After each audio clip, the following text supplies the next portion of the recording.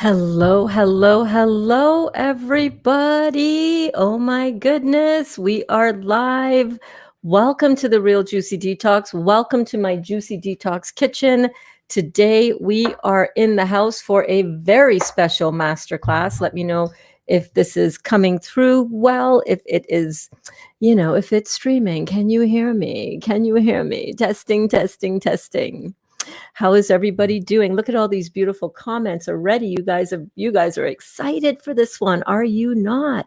Yes, we are. Waiting to be knocked out for some wisdom tooth removal. Cindy, good luck on your wisdom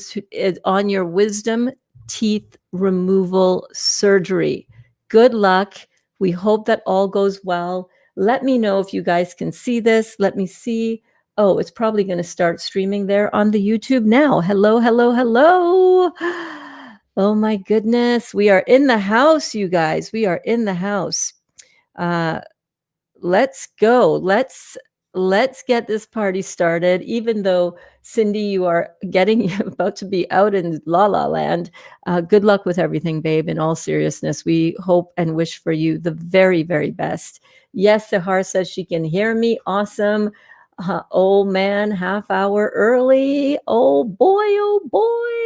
Half hour early. I was an hour early getting it all set up, yet still I'm 10 minutes late.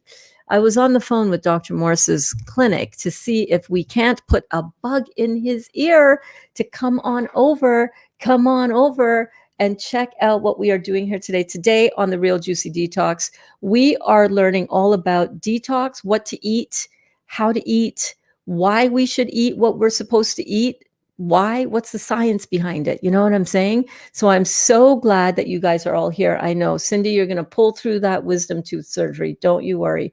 We're going to do a few minutes of check-in. Yes, we are. Just like usual in class, we're welcoming the class members here. Everybody's comment gets pulled up. Everybody gets heard, recognized, celebrated. Yes, we do. I'm just going to come on over here now, and maybe I share this link to the Facebook because I'm streaming exclusively today with this link, not streaming natively on, let's see if it'll work here. I think it'll be the same link, JSL8. Okay, let me see if it's the same link. Let me see, a little bit of admin stuff. Yes, it's the same link. Awesome. Okay, so what I'm going to do is I'm going to share this to the different groups that we are usually in to share out this amazing work that we are doing here. So let me just go ahead and do this. More options. Where is share to a group?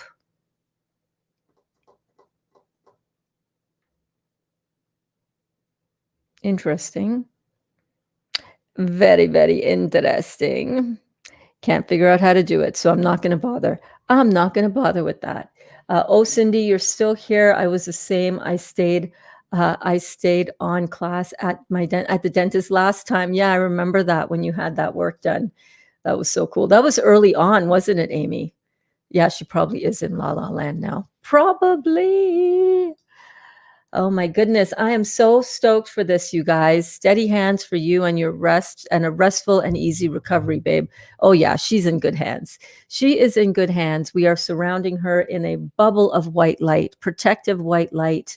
I've been through surgery so many times. It is a big part of it is about blessing your surgeons who are doing their very skilled, very necessary work to fix us up a little bit. And in this class, what we're going to learn, I have so much that I want to say. Let me just slow down for a minute because I don't want to jumble up my words. All right. In this class, guys, I have something really, really special prepared for you. I have taken Dr. Morse's chapter 7 in my book is over here. Wait, let me go get it.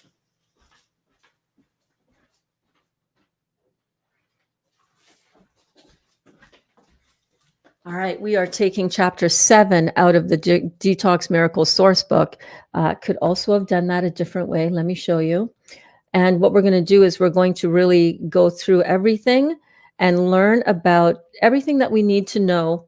Look at that. Look at that. Me so professional. We're going to go through everything that he has taught us in his book in chapter 7, module 7, the Detox Miracle Sourcebook. This beauty right here. If you don't have this, or if you have it and you're just, it's collecting dust on your side table, dust it off, crack it open.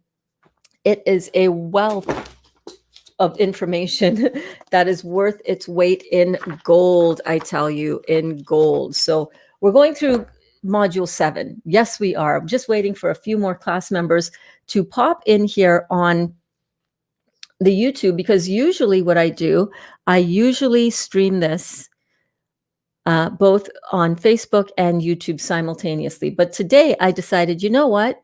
Let's get people, now that we're used to, now that we know what kind of value that we have here with all of this, let's get people retrained that this is where you come for this content. So we'll get there. We'll get there. So what do I want to do here now? Let's see.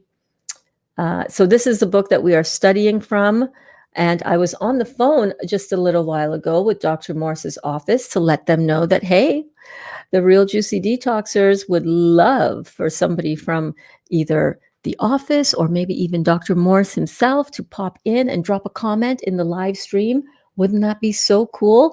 Hey, if you're watching, Shannon, Bethany, Valerie, Stephanie, anybody down there at the Dr. Morse Herbal Health Club, come on, baby. Don't be shy. We want to see your comments. Pop them up. Pop them up. Yes. Hello, beautiful Sehar. How are you doing? Oh, my goodness. So happy to have you here, Sehar. Amy says, hi, Sehar. You guys are so awesome. Gonna have to shovel some snow. Man, you got so much snow, Alana. I was jealous. I looked out the window this morning, hoping to have a winter wonderland outside. We got a little bit of snow, but it's no winter wonderland, baby. It's nothing like what you've got going on over there. So yeah. I don't know why Bit Emoji popped in there. In where? Where did he pop in? A Bit Emoji popped in where? In one of your comments? I don't see it. I don't see it. Yeah, I've shoveled out the driveway 3 times yesterday. What a workout, girl. I'll be back when I can. Love you all. Have a super juicy day. Awesome. We will. Thank you, babe.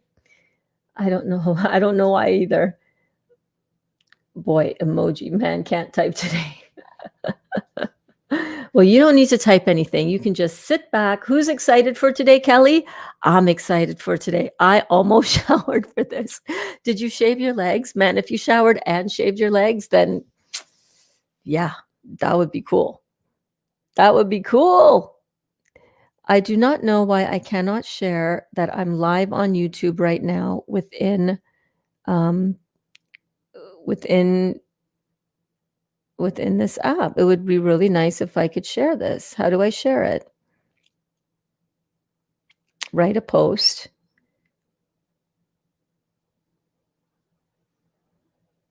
My goodness, that is so frustrating, you guys. I want to be able to share this out. If you guys, hey, I got an idea.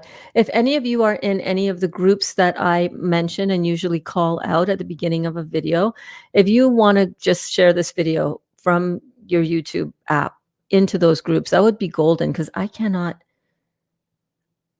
Maybe if I copy this whole thing, and then go to the groups one-on-one, maybe that would work. I don't know. Let's see. Groups.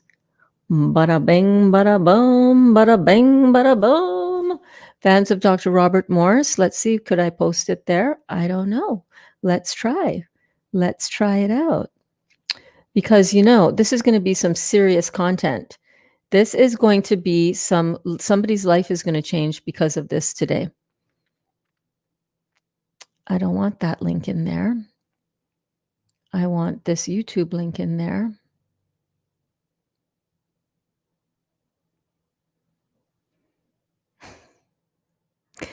Wow. I am struggling today to get that part done. Discard post. Let's try that again. I can't do it. I don't know what's going wrong. Let's try that one more time, shall we? Maybe I go in and do it straight from my Safari. Bear with me for 1 second, you guys, because I want to have as many people have an opportunity to view this, because this is really going to, this is really going to change somebody's life. Copy video link. I'm going to just put it right here into this video right here. Come on, man. Oh boy, I am going to leave this alone right now because that's not working. And I didn't come here to be all fighting up with technology. You know what I mean? I came here to share some amazing truth with you guys. And it's 10 minutes. At about 12 minutes, we're going to get started on our class for today. Yes, you can hear me. That is so good. It's always good to know that you can hear me, because sometimes I talk for like 2 minutes before I realize, oh, damn, they can't hear me. Sahar, look at all the greetings for each other, juicing, sharing, and listening. Thank you so much, Linda. I am enjoying some grapefruit pineapple juice today. Oh boy, this tastes so delicious.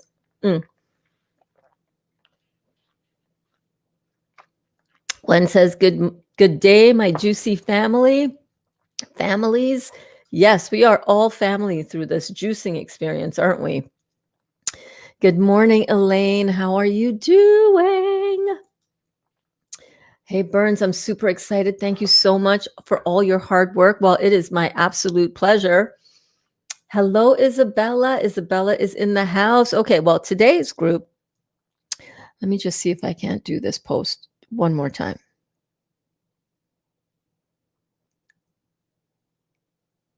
Okay, let's try this. Let's see if this doesn't help. And I bet you it was putting in. Okay. Let's do this. All right. I think I may have fixed the thing. See, I want to make sure that as many students as possible can access this, because I know how important this information is. When we understand why we are eating the food that we are eating and why we need to eat this way, it makes the whole process so much easier, and it completely demystifies what we're doing and why we're doing it. So I really want to get this all, I want to get this information out there in the best way, in the most helpful way possible, because so many lives can be changed by doing that. You know what I'm saying? Okay, let me just see here. Select all. Good Lord. Good Lord.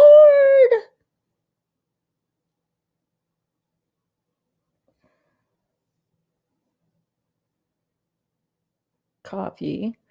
Okay, let's just do this through through the Safari browser, on YouTube, on the Facebook maybe. All right, we're going to get it sorted out, you guys. We are going to get it sorted out. We're going to get it sorted out. Hello there, Isabella. So glad to see you. Yes, all fruit is good. Yes, affirmative. If it's a fruit, it's good. Absolutely. Absolutely.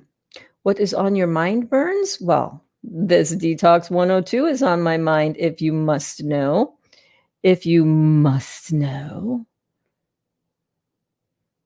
Except I need to change up one little thing in there because it's not going to want to let me. Okay. Hang on a second. Hang on one hot second. Okay, I need to, Jesus, this is like giving me anxiety. I'm not going to lie. Okay.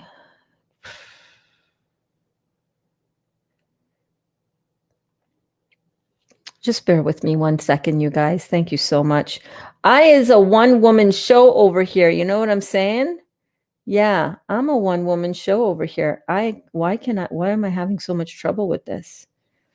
Oh my God. Just give me 1 minute.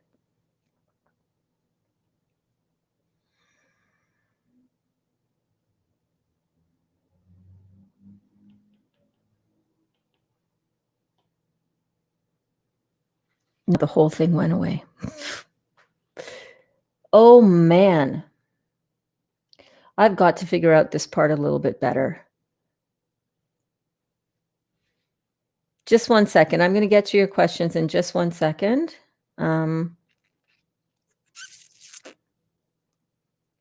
See, I have in here, there we go. There it is. I have in here the my address for my website, and every time I try to post anything to Facebook, and I have that that link in there, Facebook thinks it's spam. It's like, come on, Facebook, what the hell? Okay.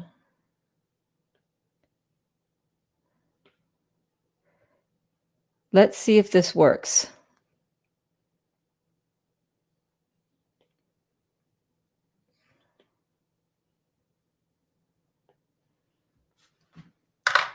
I'm a little bit frustrated with that right now, but we'll see if it works. No, it's not going to work. We're not looking at that anymore. That is a done deal.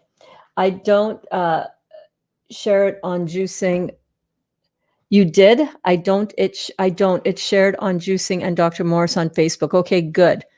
Good. Thank you so much, Natalie, because I was having, some serious issues here with it. And I'm like, we did not come to see Burns stare at her screen and try to figure out shit. You know what I'm saying?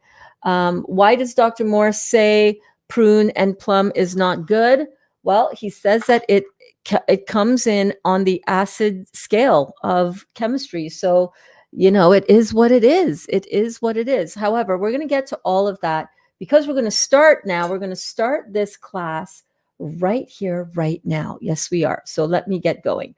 Let's pull up the slides. So what I'm going to encourage you guys to do is, if at any point in time I am sharing any information here and it is like you have questions, ask the questions, because we are going to get into the answers. I'm going to answer all of your questions live. Okay, so make sure that you drop your questions in here. So let us get started at, at 17 minutes and 30 seconds in. Yes, I just wanted to get a little timestamp of that. So let's start. So listen, when we are eating food, first of all, this is all about Detox 102 is what I'm calling it. 101, I did a masterclass on that, a while ago. It's linked in the description of this video. But we are going to be taking apart, breaking down, looking at, studying, exploring together, all of those kind of great terms. We're going to be looking at module 7 out of this book, Dr. Morse's Detox Miracle Sourcebook. We are going to go through why we need to eat for vitality, what it even means, right? We're going to look at why certain foods are acidic, why certain foods are alkaline. We're going to look at what are the best types of food to eat to detox your body. So settle in. This is going to be fun. I am sure you're going to enjoy it. So let's start out. The power of raw food to clean and rebuild the physical body is little understood by our pharmaceutical and medical and scientific communities. I mean, that is clear. How many times have you gone to a doctor and him say, you need to clean up what you're eating. You're eating a lot of acid food. That is leading to damage of your body. No, they don't say that. They don't have a clue because they haven't been trained, because there's no money in that. There's no money in just sending people away to heal themselves on fruit. Where's the money in that? The pharmaceutical industry has its claws into our lives very, very heavily. We come into this world thinking, conditioned to believe that if he's got a white coat on and a stethoscope around his neck, it's going to mean that you're going to be healed, when nothing could be further from the truth. If that were the case, we wouldn't have any cancer rolling around on this planet, would we? The amount of money that we have thrown into cancer research, you'd think by now they'd have a solution, right? But they don't. The key when we are eating is to keep it simple and to remember that true healing and true regeneration lies in addressing not just the symptoms that we experience, not addressing that at all, being aware that, those symptoms are pointing to certain areas of your body that are weak and are pointing to acidosis. But We need to really remember that true healing and regeneration happens not by treating symptoms, even though it may seem that symptoms disappear when we treat them with medicine or macro doses, mega doses of vitamins and minerals. But as soon as you stop that medicine, and as soon as you stop those vitamins and minerals and supplements in thinking that that stuff is going to heal you, as soon as you stop them, what happens? The condition comes rushing back in. All right. So you must address the cause of the symptom in order to truly heal the body. The cause of all dis-ease in the body is the same thing. All right.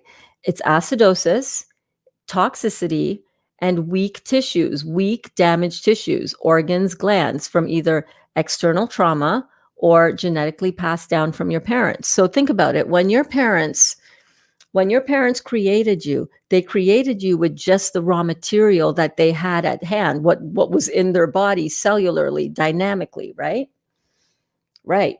And if your parents had, like, let's say in my case, let me just let you know what my situation was. My mom had a very compromised system. She ended up dying very early, I think 57, 58 maybe years old. This was 20 years ago, 20 years ago. She died of septic shock. She died in her own septic waste. Her lymphatic system was shut down. Her kidneys were shut down. She had a huge amount of health problems throughout her whole life, thyroid issues. Well, what do you think I inherit? What do you think we inherit from our parents? We inherit the best and the worst of what they've got going on. So, we are passing down genetically a lot of stuff to our kids, which is why I feel so responsible to do whatever I can to help you guys help your kids. Because I know a lot of my viewers are, within my age range. I'm 55. I just turned 55 in September. And, I have a responsibility to now help my children see, listen, you got a lot of crap shit from me. All right. We need to clean you up so that when you decide that you want to have kids, you're not passing down all the crap I gave to you. Every single generation that's subsequent, that comes after the next one, you get weaker and weaker and weaker because we are compounding so much genetic weakness on top of these generations of kids coming down the road. Kids are being born with more diseases now. Earlier on, we really have to clean this up. So when we recognize that the cause of all dis-ease is acidosis, which we give to ourselves by the food and the chemistry that we put into our bodies, when we realize that it is because of toxicity, because of buildup of all that acid, all that acidosis, a buildup of chemicals that we inject into our, you know what I'm talking about, makeup that we put on, Botox that you inject into your face, all of the pharmaceutical drugs that we have, our kidneys and our bowels and our skin have not been eliminating well at all. Most of us, our entire lives. Where does that stuff go? When we're not eliminating the toxins that we put into our body, where does it go? It stays in the body. That causes also damage of the tissue. That also causes damage of tissue. The good news is that we can turn all that around once you understand what the cause of all of this disease is. That is why the cause is so important, because you cannot get rid of something if you don't address what caused it. That doesn't make any logical sense, does it? No, it doesn't. You have to you have to address the cause. You have to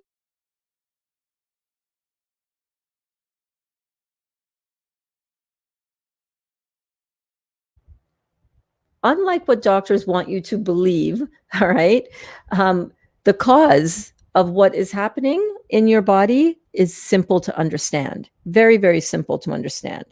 And let me just pull this up on the YouTube and make sure that the stream is going well, because I just saw it do a little, yes, it is. I just saw it do a little bit of a glitch. So I have a backup system going on here in case one system goes down. I have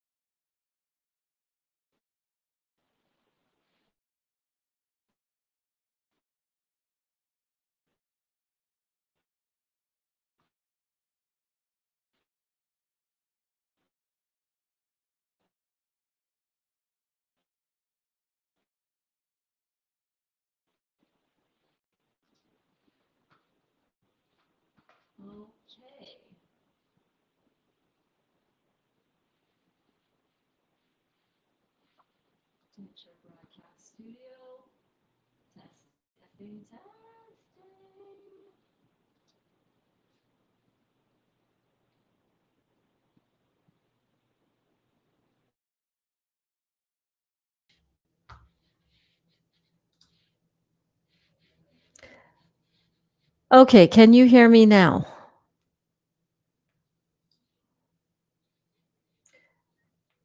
Okay, can you hear me? Yes, okay, we're back. We're back. Okay, so let's just keep moving. So on this stream, what might happen, as some of you know, as many of my regular class members know, if ever you see that happen again, goes to a bit of a black screen, just understand and know that it is just because, that's what happens sometimes. So let's keep going. Let's keep going. So let me just see something here. I am streaming from the wrong camera for 1 second. Hold on.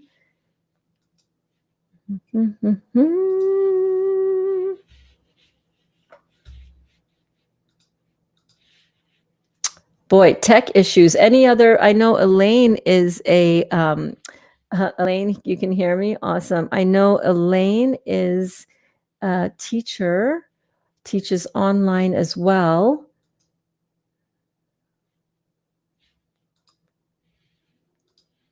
There we go. I got my webcam back up. Elaine, don't you just love technical issues? I'm telling you, man. All right, let's keep moving. So the key to detoxification and regeneration is in the power and synergistic action of raw, ripe, whole foods, because that is going to address the cause of why you're suffering with whatever it is that you're suffering from. Everything, yes, even that. Fill in the blank. That, yes, you have that special rare thing, that too. Everything is caused by acid in the body. Acid in the body is so damaging. So we want to really, address the acid in our body. And that's what we're doing here with our detox. This is what it's about. A diet of 80% alkaline and 20% acid forming food is essential for greater health.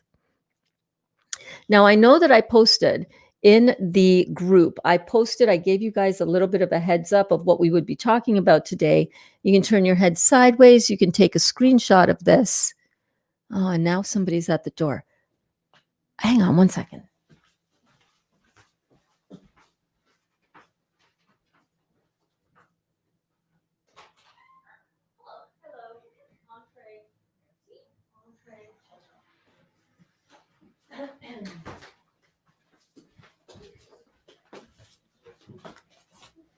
So I have posted all of these slides, by the way, on my Instagram account, and that is in the description of this video. In the highlights reel, you'll see Detox 101, Detox 102.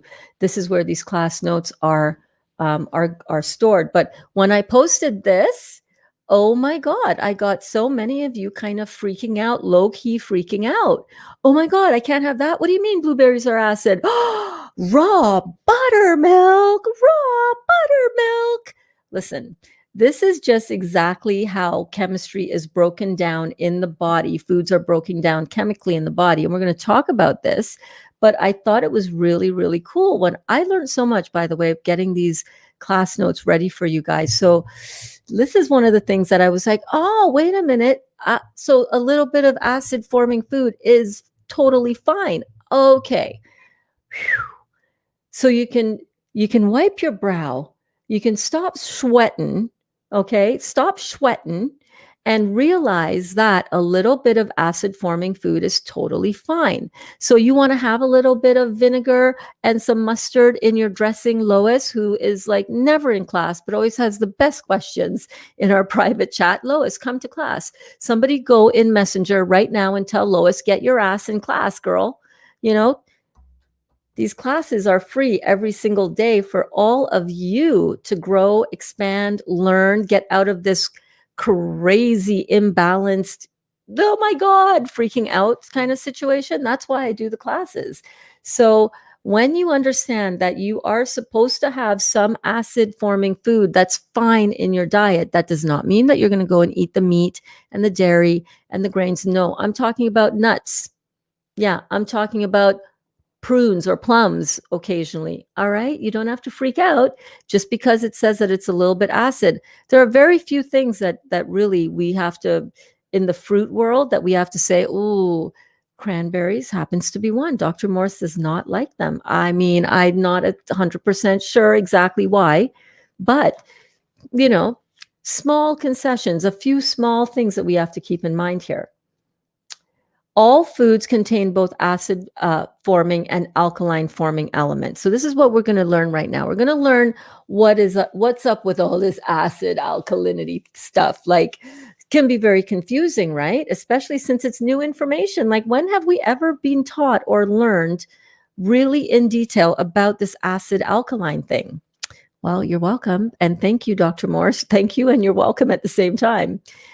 It is not the organic matter of foods that leave these acid or alkaline residues in your body. So it's not the organic part, meaning the pulp and the juice, so much as it is the inorganic matter and minerals that determine the acidity or alkalinity of the body fluids and tissues. So it's not so much the pulp and the juice itself, it's the minerals, the inorganic parts of the food. Potassium, sodium, magnesium, and calcium are considered the alkaline forming electrolytes. Phosphorus, sulfur, manganese are the acid forming elements. Generally, if a food has dominant acid forming elements over alkaline forming elements, it's considered acid. So all foods have a little bit of both, right? It's which one has the most, which one has more. That determines what it is, right? The reverse is also true. If a food is dominantly alkaline, alkaline forming elements, then the food is considered to be alkaline forming.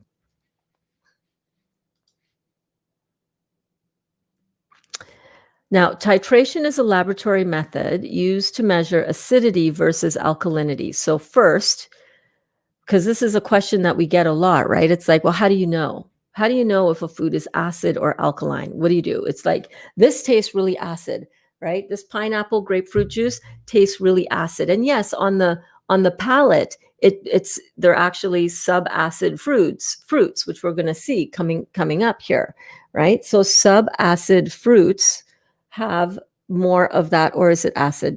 We'll all learn this together in a minute. Subacid and acid fruits, that refers to the flavor, the flavonoids in the mouth. But when we look at foods, it's not about how something tastes in your mouth that determines whether it's acidic or alkaline forming in the body. It's what does that food break down to? What does the inorganic material in the food source, what does that break down to in your body? That's what determines whether something is acid or alkaline.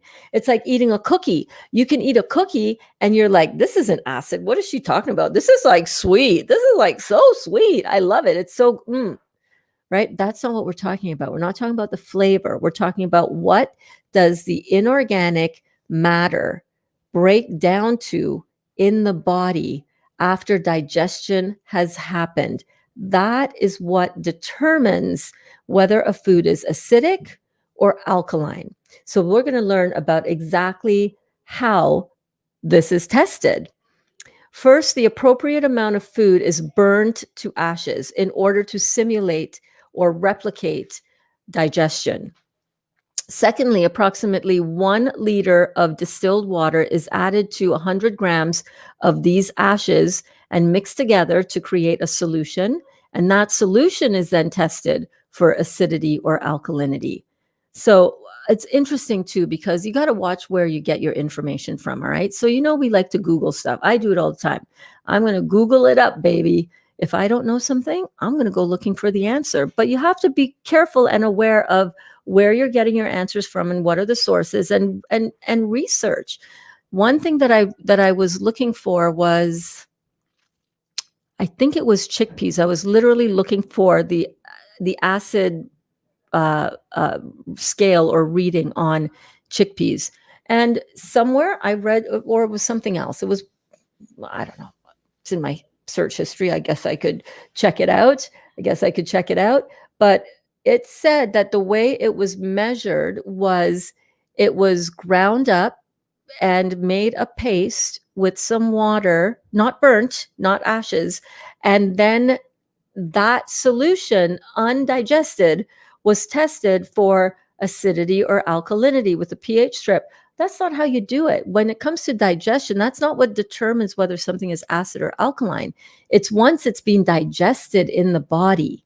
So this is what I found. Oh my God, this is like so cool, right? Now, if somebody was asking in the Facebook group today whether we had a resource which showed exactly what the numbers are and where the study was done, yes, Dr. Morse does have that on his site, but I don't know where that is. I didn't have time to look that part up. But if Dr. Morse publishes that in his book, I'm going to trust that that is research and valid information. And he did a really good class with Patty, his anatomy and physiology professor, who's also a detox specialist. So Patty is a professor. She teaches, and she is a doctor as well. She teaches other doctors anatomy and physiology, and they also broke this all down and went through it. It was a really good YouTube video that is here on the YouTube platform. So another method of determining the acidity or alkalinity of food is its nitrogen, or if it's whether it's nitrogen rich or protein food, right? So chemical compounds comprising a protein structure. So if it is a protein rich food, it's going to be high in nitrogen, and that is also going to have a determining factor because nitrogen is acidic. It's acid forming. So since nitrogen has an acid influence, all protein or nitrogen rich foods are considered acid forming, just like nuts, right? That's why nuts is in that image, this image right here. If you look at fruits, the alkaline forming foods, by the way, all fruits, all vegetables, alkaline forming, with a few exceptions, that you can see down there in the acid forming food group, right? Down there, we see stuff like blueberries, and people were freaking out in the group. What do you mean blueberries are acid? No, that can't be right. It's how the chemistry breaks down, folks. But as Dr. Morse says,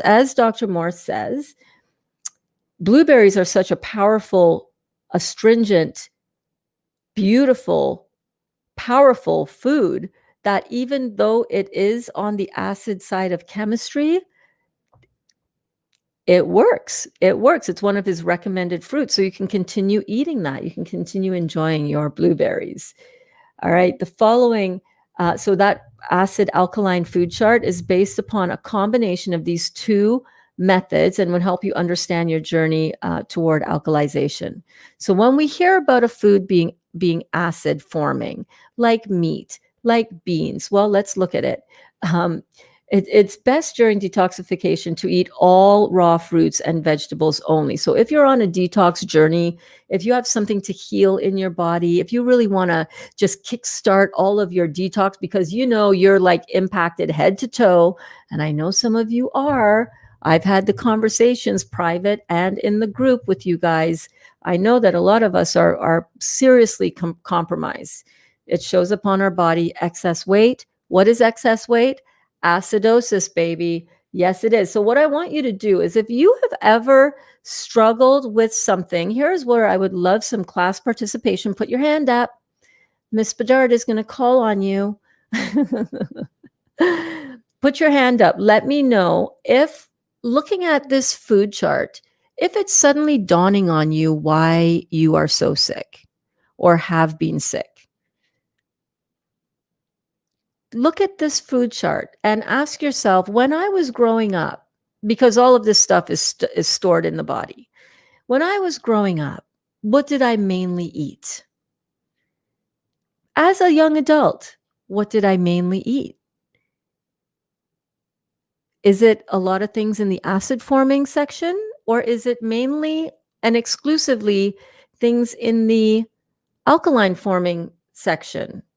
And if you did have any of the acid forming food, was it, was it the chocolate, the coffee, the Coke, the cola, right? Was it the refined sugar?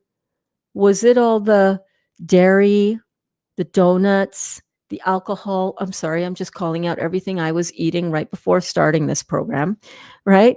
Was it you know, the beans and the breads? Oh my God, I was a master bread girl. Let me tell you, I could bake a wicked ass bread and homemade pasta too. Cakes, candies, cereal, breakfast, cheese, all of that. That's what my jam was. All right. So it's wonder, no wonder that I showed up with end stage disease, which is cancer. That's all that cancer is. It's just end stage disease.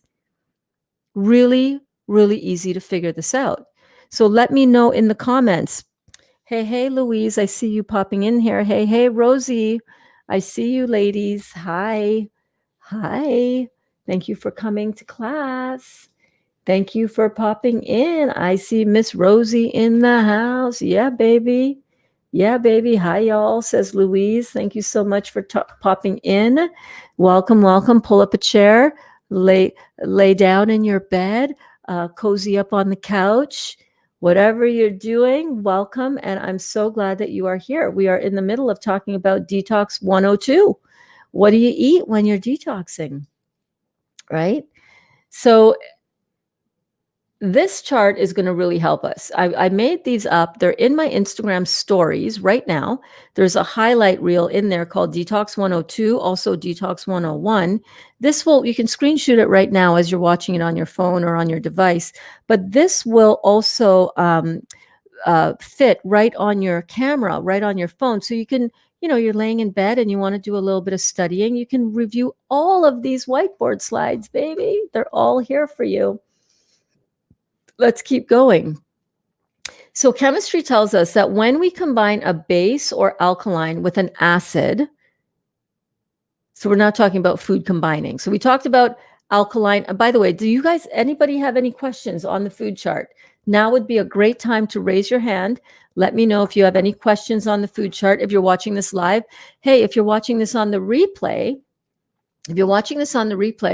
drop a comment in the comments if you're watching this on the replay, and let me know if you have any questions about this here food chart, because it's pretty eye-opening, right? All the flour. Let's look at this. All the egg whites, the flour, fruits, canned fruits, garbanzo beans. Now, I will let you guys know I eat chickpeas. Yes, I do. That's a little bit of acid that I'm going to choose wisely from the acid forming foods. Hey, if there's anything on this list that I really want to eat, right? That's not the main contributors of horrible food for your body. We're going to see that in a bit when we get to the food combining chart, right? The things that are not fit for human consumption. Well, most of these, but ice cream, jams and jellies, lentils. Now, if you sprout anything that's sprouted, go back up in the vegetables. See where it says sprouts under vegetables in the alkaline forming? Sprouts, you can sprout your chickpeas. Bam, they turn into a live food. They go from dormant stage to beautiful sprouted stage. You can also sprout your lentils. I've made a wicked lentil chili out of sprouted lentils. Let me tell you what, I did not miss for the meat. Beans for a veggie chili. No, Crystal. Hey, by the way, welcome, Crystal. I think this might be the first time I'm seeing you here. 1 second. Let me give you a proper welcome to class. Welcome, Crystal. Welcome to class. In a minute, at the end of this class, if you can hang in here, we are going to be talking we're going to be breaking it down, baby. We're going to be breaking it down, baby. We're going to be breaking down why beans are so bad for you. Not good. No bueno. And this is one of the things that we need to learn and understand. Yes, ma'am. Welcome to class. So good to have you here. You're going to enjoy it here. If this is your first time ever, oh my gosh. Welcome. We're really glad that you're here.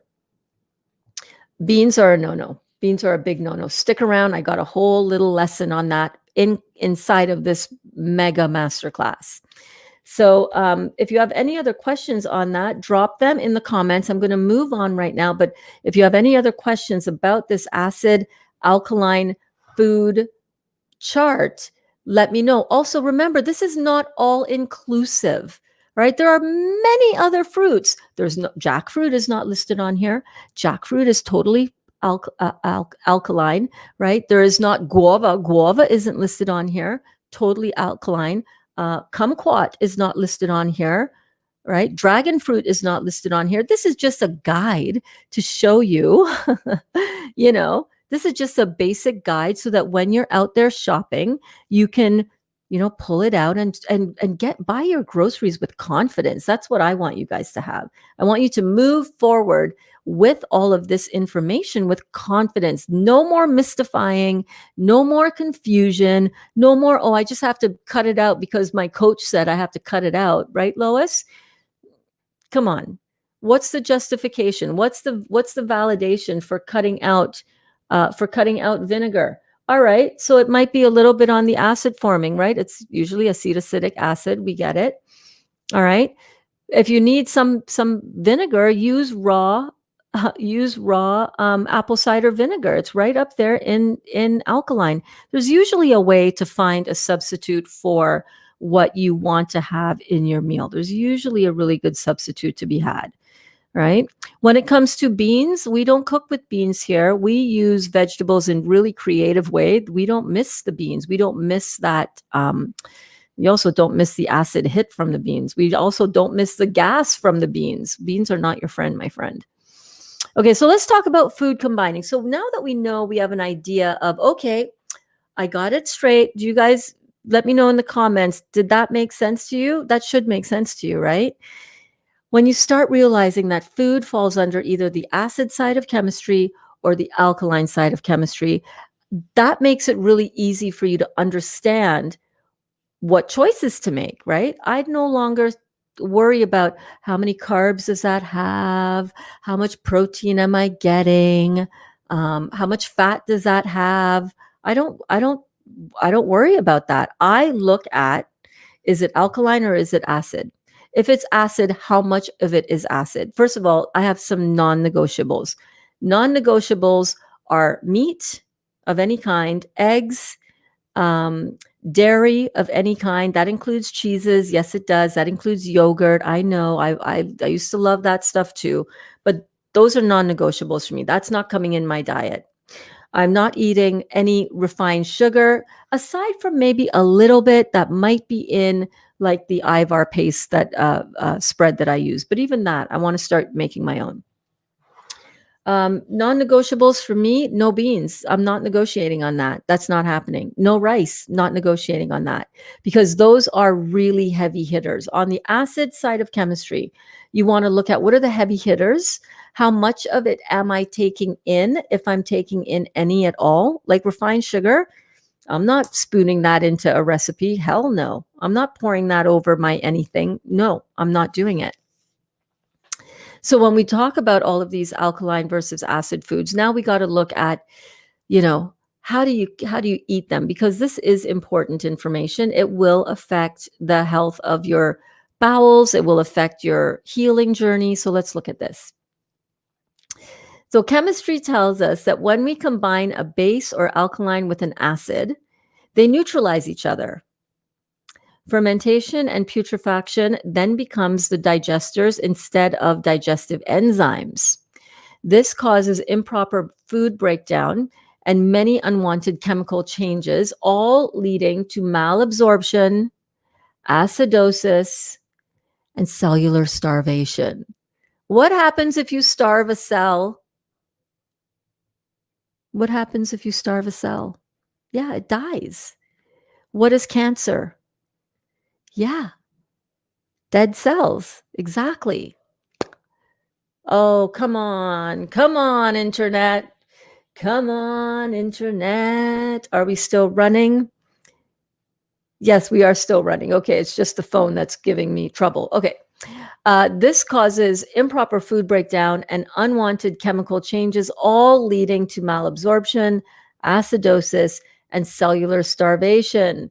right? Protein dominating foods, once mixed with starches, fall into this category. So you go out, you have a nice big juicy burger on that sesame seed toasted bun, bam. Protein, starch.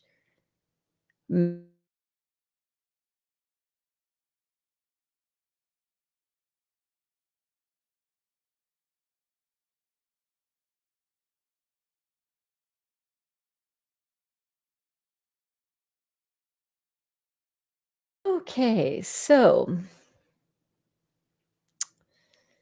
I tell you what. I tell you what. Oh, we're back. Oh, we're back. Oh, hello. Oh, hello. We are back. Okay, so we're back. That's going to happen a few times. If ever that happens, when I'm ever on a live broadcast, you get a black screen, hang tight. I'm coming right back. I'm on it. I got 1, 2, 3 devices, 4 right here. I'm on it. Okay, don't worry. We're right here. Where are we? So, yeah, so protein mixed with starch, no bueno, not good for food combining. And I know some of these things kind of suck. It sucks. When I first learned some of this stuff, I was like, damn, really? All right, now I really have to relook at everything. But then when I figured out how to really create beautiful meals, beautiful snacks on the go, and once I really understood how much better my body felt eating this way, it became really easy to do this on a long-term basis. So, by the way, today is my 200th day. That's right. Since June the 1st to now, 200 days that I'm on this lifestyle. So, I'm letting you guys know I am a foodie. I love food. All right. If I can do this and if I can bring this to you to help you figure out how to do this as well, then everything would have been worth it, man. The 9 years of cancer would have been worth it. All right, so the 2 most important food combining tips are as follows. Number 1, never mix proteins or acid foods with carbohydrates or alkaline foods. And number 2, separate your consumption of fruits or melons from any other type of food. Let me just show you real quick. Let me jump ahead to this slide right here. Can you guys see this? So this is a food combining chart, and all of this is from Dr. Morse's book, you guys. This is all from his Detox Miracle Sourcebook. Hold on, let me pull up that cover in case you're wondering. Oh my God, this is such amazing info. What? This is all from the Detox Miracle Sourcebook by Dr. Robert Morse, ND. And again, I recommend, if you guys don't have this book, why?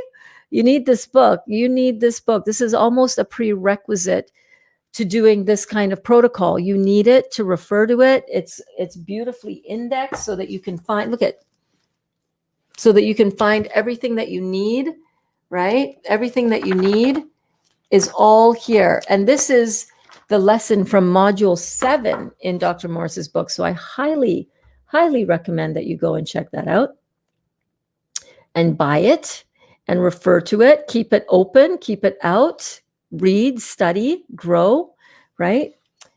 So, yeah, if you have a look at the food combining chart here, all right, you're going to see melons on the side there, right? Always eat your melons separate. And I had no idea that papaya was a melon. I did not know. Another thing that I learned here doing this. And then we have other, let me pull this up on one of my many devices where I have this. All right. So you've got your acid fruits, which are your citrus fruits and your pineapples. So that I'm having my acid fruits right now for the first half of my day.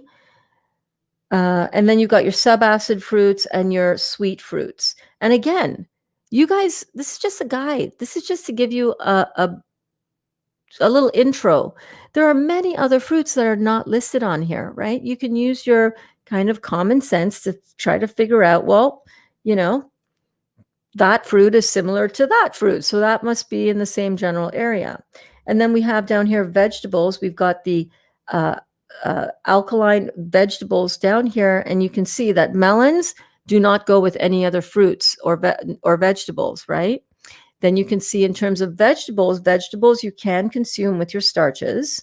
Vegetables you can also consume with your proteins, but don't consume starches with your proteins. Now, this is going to get really tricky. Listen, this is just a guide. Don't go bananas and nuts and obsessive compulsive disorder on me with this, okay? I need to remind myself of that too, because it can get pretty crazy. For example, there are times when I have combined dates in my salad dressing and eaten them with vegetables. I survive to tell the tale. Sometimes, yeah, I can tell it when some things give me gas, and I know that it's because maybe not combining all the foods exactly properly, but I need figs in my salad dressing. Okay, so I'm going to do it. That's one of my things that I'm going to allow into my world. You want to take this all with the understanding that you want to have balance. It's not that acid is bad for you, except if you're talking about certain things. And if we go back to this chart, you can see down at the bottom, the last two boxes, starches and proteins. You can see there what is not fit for humans. See the little asterisks, and you see the little note in between those two boxes, the yellow and the brown box. See that little note? It says not asterisk, not fit for humans. What's not fit for humans? Well, breads, cereals, dairy foods, meats. Those are non-negotiable for me. I'm not eating those. If Dr. Morse says they're not fit for human consumption, I'm going to listen. I'm not going to eat those. And I recommend you do the same. All right. So if you observe proper food combinations, you will end the acid regurgitation, ulcerations, bloating, and gas commonly caused by violating these natural rules. So, yeah, sometimes some people, they're like eating all over the place. They're like mixing everything with everything. You just want to be really careful about that, especially if you are experiencing gas and bloating. How are you guys liking the class so far? Are you learning stuff? It's the conversation in the chat is very quiet. So I know that you're all like listening. Really, I love that. That's perfect. Keep your diet simple. Keep your diet simple. Keep in mind that the fewer types of food you consume, the better your digestion of foods will be. Now, especially so if you have a weakened digestive system. If you have a weak pancreas and you are not secreting the right amount of digestive enzymes, please do not go and take digestive enzymes to help that along. No, please go about this in the right way. Combine your foods properly, eat more simple, eat mono meals, especially if you have weakened digestive area in your body. And keep it live. Keep it live. You do not need digestive enzymes. In fact, if you give your body digestive enzymes, you're basically telling your pancreas, hey, dude, shut it down. We don't need you. Because the body is always going to want to strive for what? For homeostasis. So if you're giving a supplement to your body that it's supposed to naturally produce, you remove your body's ability to produce it. And then what happens? You go off the digestive enzymes and then you're screwed, right?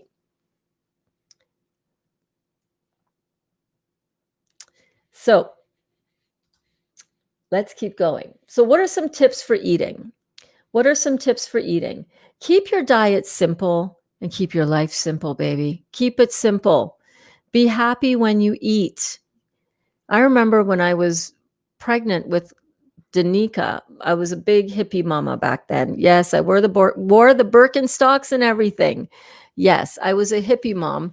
And I remember in one of the magazines that I used to buy, I loved it. It was a total hippie mothering magazine. It was called Mothering.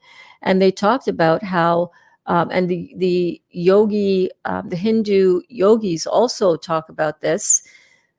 When you have a baby, when you're nursing a baby, you do not want to nurse that baby when you're in a fit of rage. It can poison your baby. Yeah. Did you know that? Crazy, right? Your emotions tie into all of this. So you want to be happy when you eat. You want to be happy when you have your babies nurse at your breast as well. You want to be happy. You want to be happy.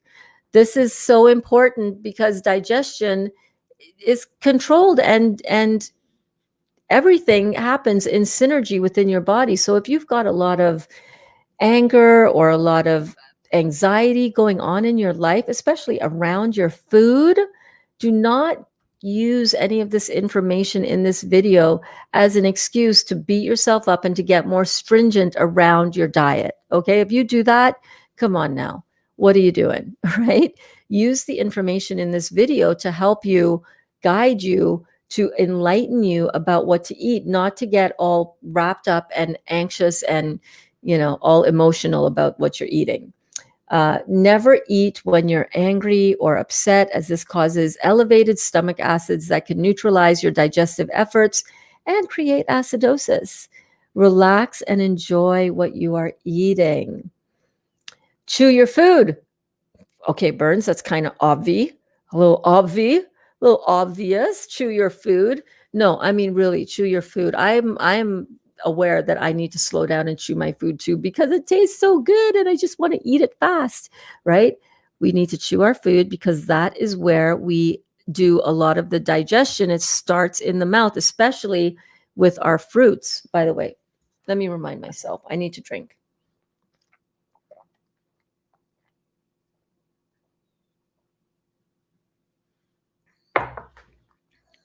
That is so good. Oh my God, it's like candy.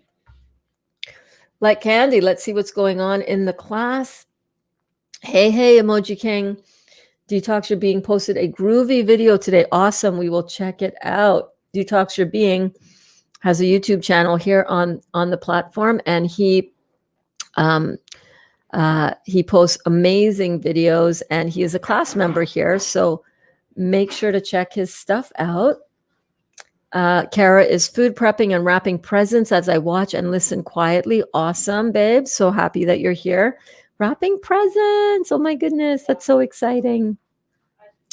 Mangotarian did mono mango for 7 months for his healing. Man, I tell you, if I had access to mangoes like that, I would be doing a mono mango diet too. Absolutely. Love me some mangoes. So yeah, obvious, right? Chew your food. The first stage of digestion takes place in your mouth, and try not to drink with your meals. This only dilutes or neutralizes your digestive enzymes. I'm doing a class today, like a mega master class. I was just talking to Brookie. She just walked by. Okay, so here are some more, the two most important food combining tips.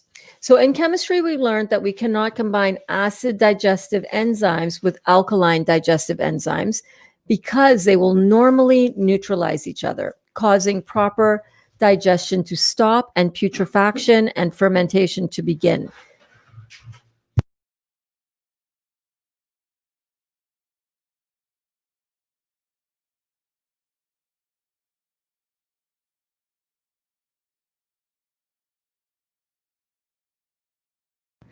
Okay. So in chemistry, we learned that we can't combine acid digestive enzymes with alkaline digestive enzymes, right? They'll neutralize each other, and that is going to cause putrefaction and fermentation. What does that mean? What is putrefaction? That is when food stays in your stomach and starts to decay and rot and get putrefied. Leads to gas, bloating, indigestion, all of that. So we need to really, bear that in mind. So the most important thing is to not combine. I can't read that. There we go. To do not combine proteins, which are acids, and carbohydrates. That's the first most important tip with this. Protein type foods, carbohydrates. Carbohydrates begin their digestive process in the mouth with amylase. I can't read my screen from there. Ptyalin and other alkaline digestive enzymes. Protein type foods, including meat and nuts, start their digestive process in the lower stomach with the release of HCl or hydrochloric acid, which then in turn releases pepsin. These substances are both acidic in nature.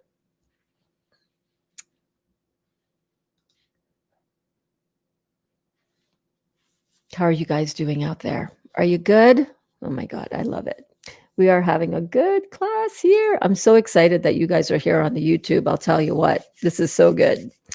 So when a predominant starch comes into the stomach with a predominant protein, right? So again, that burger with the meat and then the bread that's wrapped around the burger and all that stuff, or your pasta and your meat sauce, or your rice and beans, all right? That is a starch with a predominant protein food.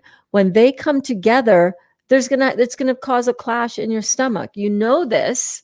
How do you know? How do you know? You know this by the bloating and the full feeling you get after you eat a meal like this. Fermentation of sugar then creates alcohol, right? This alcohol can stimulate or decrease your energy levels. I just realized I have a typo in that slide. I'm going to let that slide.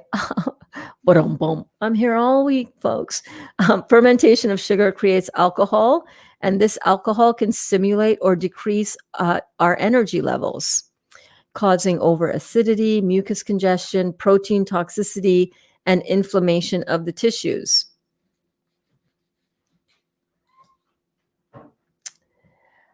The liver and pancreas and the adrenal tissues get hit the hardest with this kind of behavior, as I like to call it. Well, that's gonna leave a mark. You know what I mean? The liver, pancreas, and adrenal tissues get hit the hardest. It's difficult for diabetics to regulate their blood sugars eating this way. And yet, what do most diabetics do? This is how they eat. And then they have all kinds of blood sugar regulation problems, and more problems ensue. All right, the second of the two most important food combining tips is separate your fruits and your melons from all other food. And like I said, I have to admit, I break this rule sometimes. Usually I don't, but I do like pineapple on my pizza, y'all. I do. And I'm going to break the rule. And if I get any bloating, which I haven't, then I'm going to scale it back. All right. So, like, balance, balance. What are your non negotiables? For me, you know what mine are. Make a list of what your non negotiables are. If your non negotiables are the heavy hitters, like the meat protein and the dairy, which is extremely mucus producing, or the flour, or the grains, or the rice, the oatmeal, all of those heavy hitters, right? The beans, the processed refined sugars, those are all of my non negotiables. I'm not negotiating on that, not having them in ever. The other stuff, though, some of the food combining stuff, I will push the envelope on that, because I need figs, I need dates in my salad dressing. I can't do a unsweetened salad dressing, and that is what I'm going to allow for myself, seeing how I feel. How does my digestion get affected by it? And that's what I'm going to do. That's what's up. That is what is up. Where am I? Yes. So fruits and melons digest relatively quickly when combined with foods that digest slowly, so their sugars are held up in the stomach. This results in the fermentation of undigested sugar, which then yields sugar alcohols, right? This alcohol from fermentation of food sugar raises blood alcohol levels. Crazy. And has caused plane crashes, car wrecks, and DWI arrests. Dr. Morse has talked in the past about one of his clients, her husband, who was on his protocol, did not realize or understand about the food combining, and he had elevated blood alcohol levels, and she got a call from him, calling from the police station. It's like, dude, what are you doing? You're in the police station? Yeah, pulled over for DWI. And the wife said, yeah, he's never drank. He doesn't drink. It was food combining. Oh, Cindy's back. So let's just take a pause right here. Cindy is back. Cindy, welcome. You made it out of surgery, just came out of surgery. Cindy just had some wisdom teeth removed, just came out of surgery, very loopy. Forgive the things that I might say. Cindy, we forgive the shit you say all the time, girl. You, by the way, have an awesome sense of humor. I love you. We hope that you have a smooth and easy recovery, babe. Heal all tea, pain release formula, and all of the amazing things that you are taking right now to get your kidneys filtering, all of that stuff. We love you. We hope that you have a smooth and easy recovery through this. No. So yeah, amazing.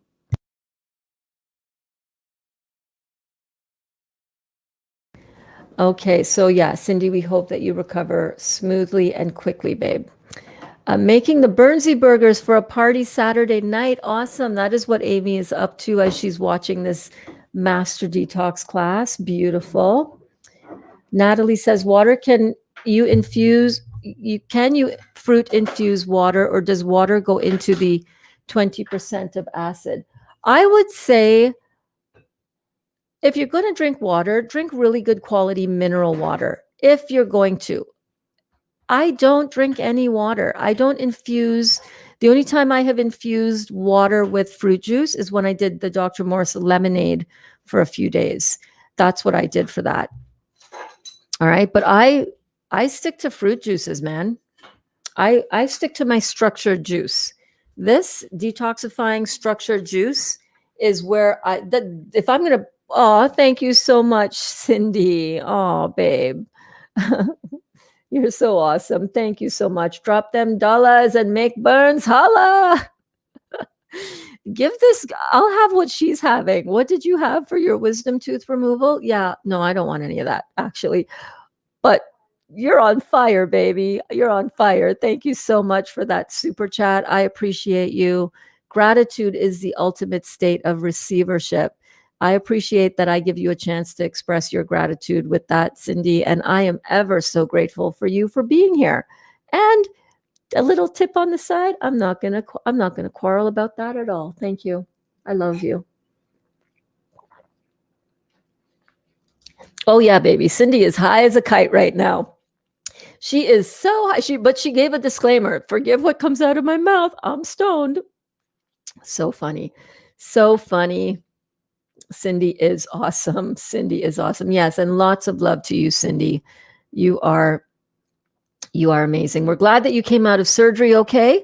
Didn't have any doubt. I'm 100% certain that your healing is going to be well underway and that you are going to heal up in no time. Yes, apples and pears are a necessity for a digested meal. Yes, they're so good. We're going to be talking about some really good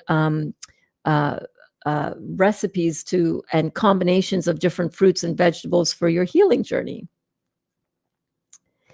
Emoji King was saying, mangoes are number one. I bought 6 of the same kind mangoes, and they all had a little different taste to them. Wow, that is so cool. Oh, Natalie says, Cindy, how did you do it? I tried clicking the link. It's the little dollar sign right next to where you post a comment. If you click that, then it'll come up. Like if you try to add a comment, see chat publicly as your profile name, and then there's that little dollar sign. That's how she did it. Let me just go back up here. So yeah, I would not. If you're gonna drink anything, make it structured water. Make it as alkaline as you can. Make it as delicious as you can. Right? Grapefruit, pineapple for the win. Mm-hmm.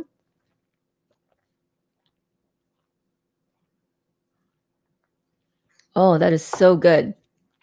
So good. Let me see if I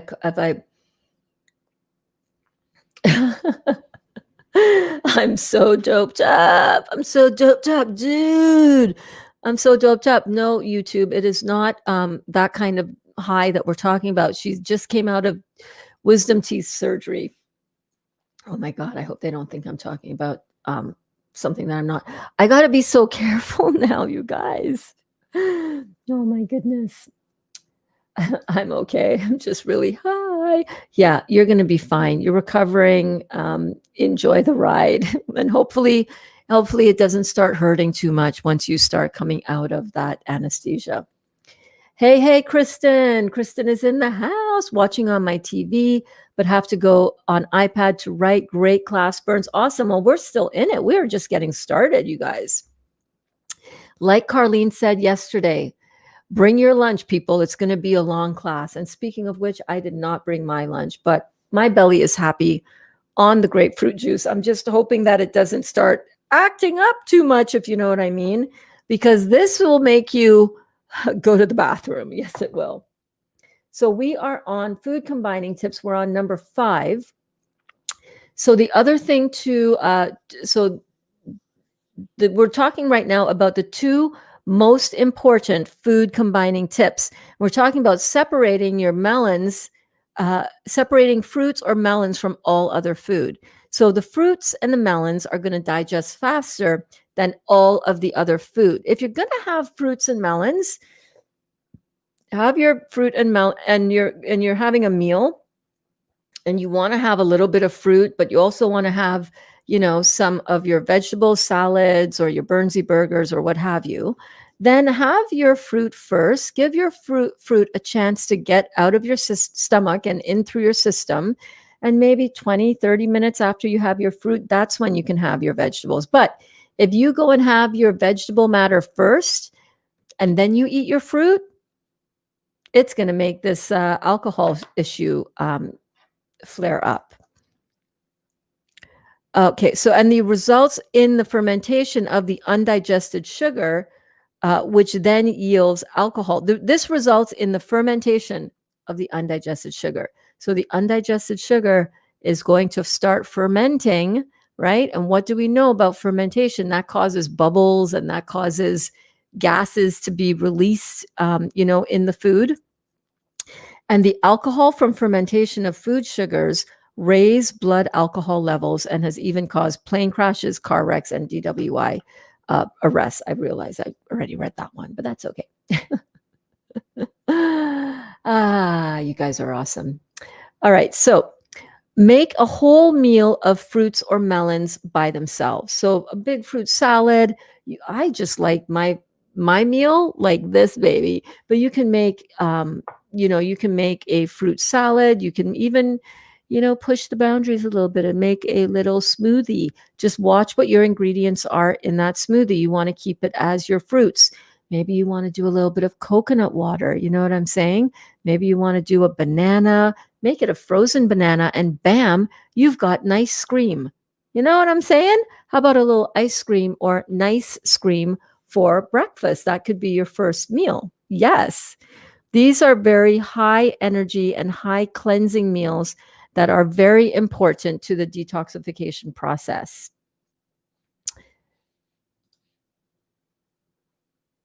So there are many other important concepts in proper food combining, such as don't combine 2 different types of proteins at the same meal, or certain fruits can combine with certain proteins.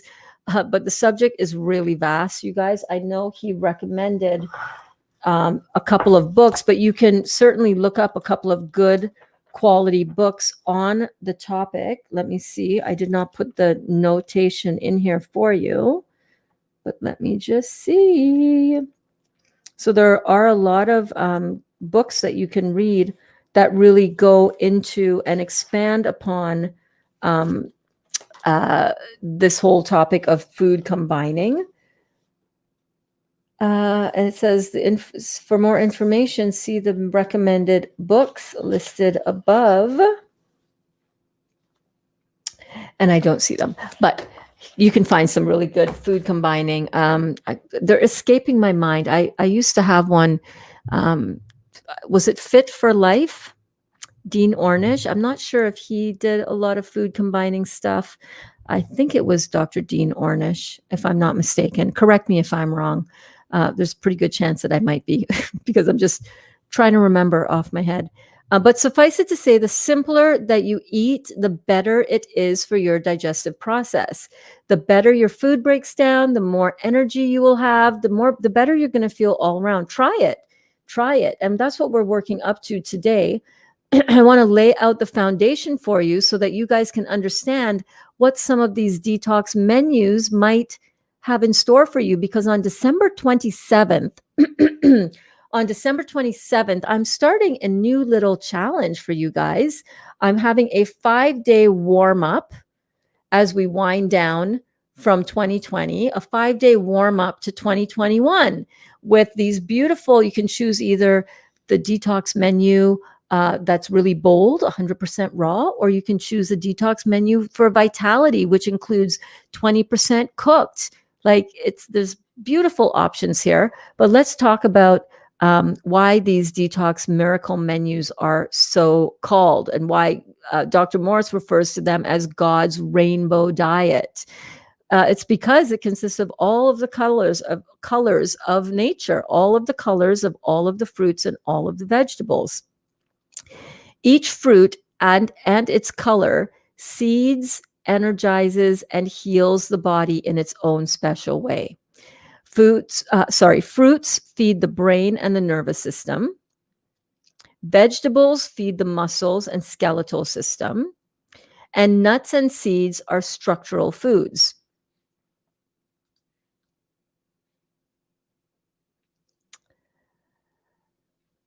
The more raw, uncooked, and unprocessed food you eat, the more vital you become. That's why I find that for me, really keeping it raw, I feel the best on that. And by the way, what does raw mean?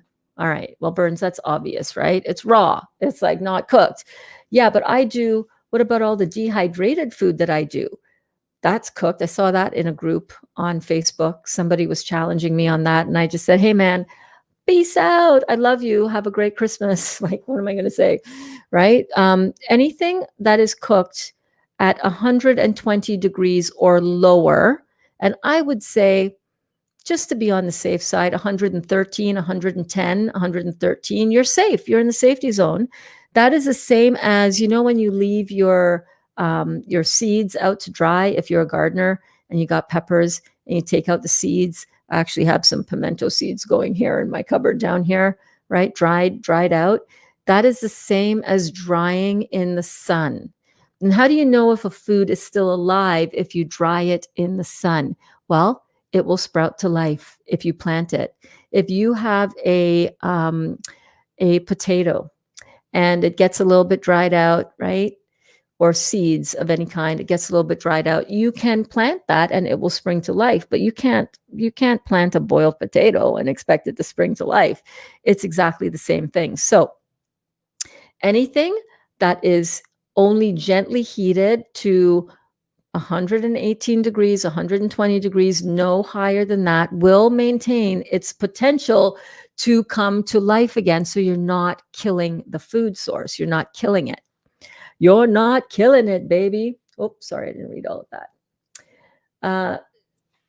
I want you to challenge your self-discipline. This is what this whole program is for, right? It's to challenge us to be better. It's to challenge our bodies to, hey, we got to kickstart this body back into shape. That takes a little bit of a push. Challenge your self-discipline to do this. Surround yourself, fill your belly full of beautiful juice that you love, beautiful food that you love, and you're going to find that it's not really that much of a challenge. It's not. It does take a little work. I'm not going to lie, right? There's some prep work involved, but it's so, so worth it.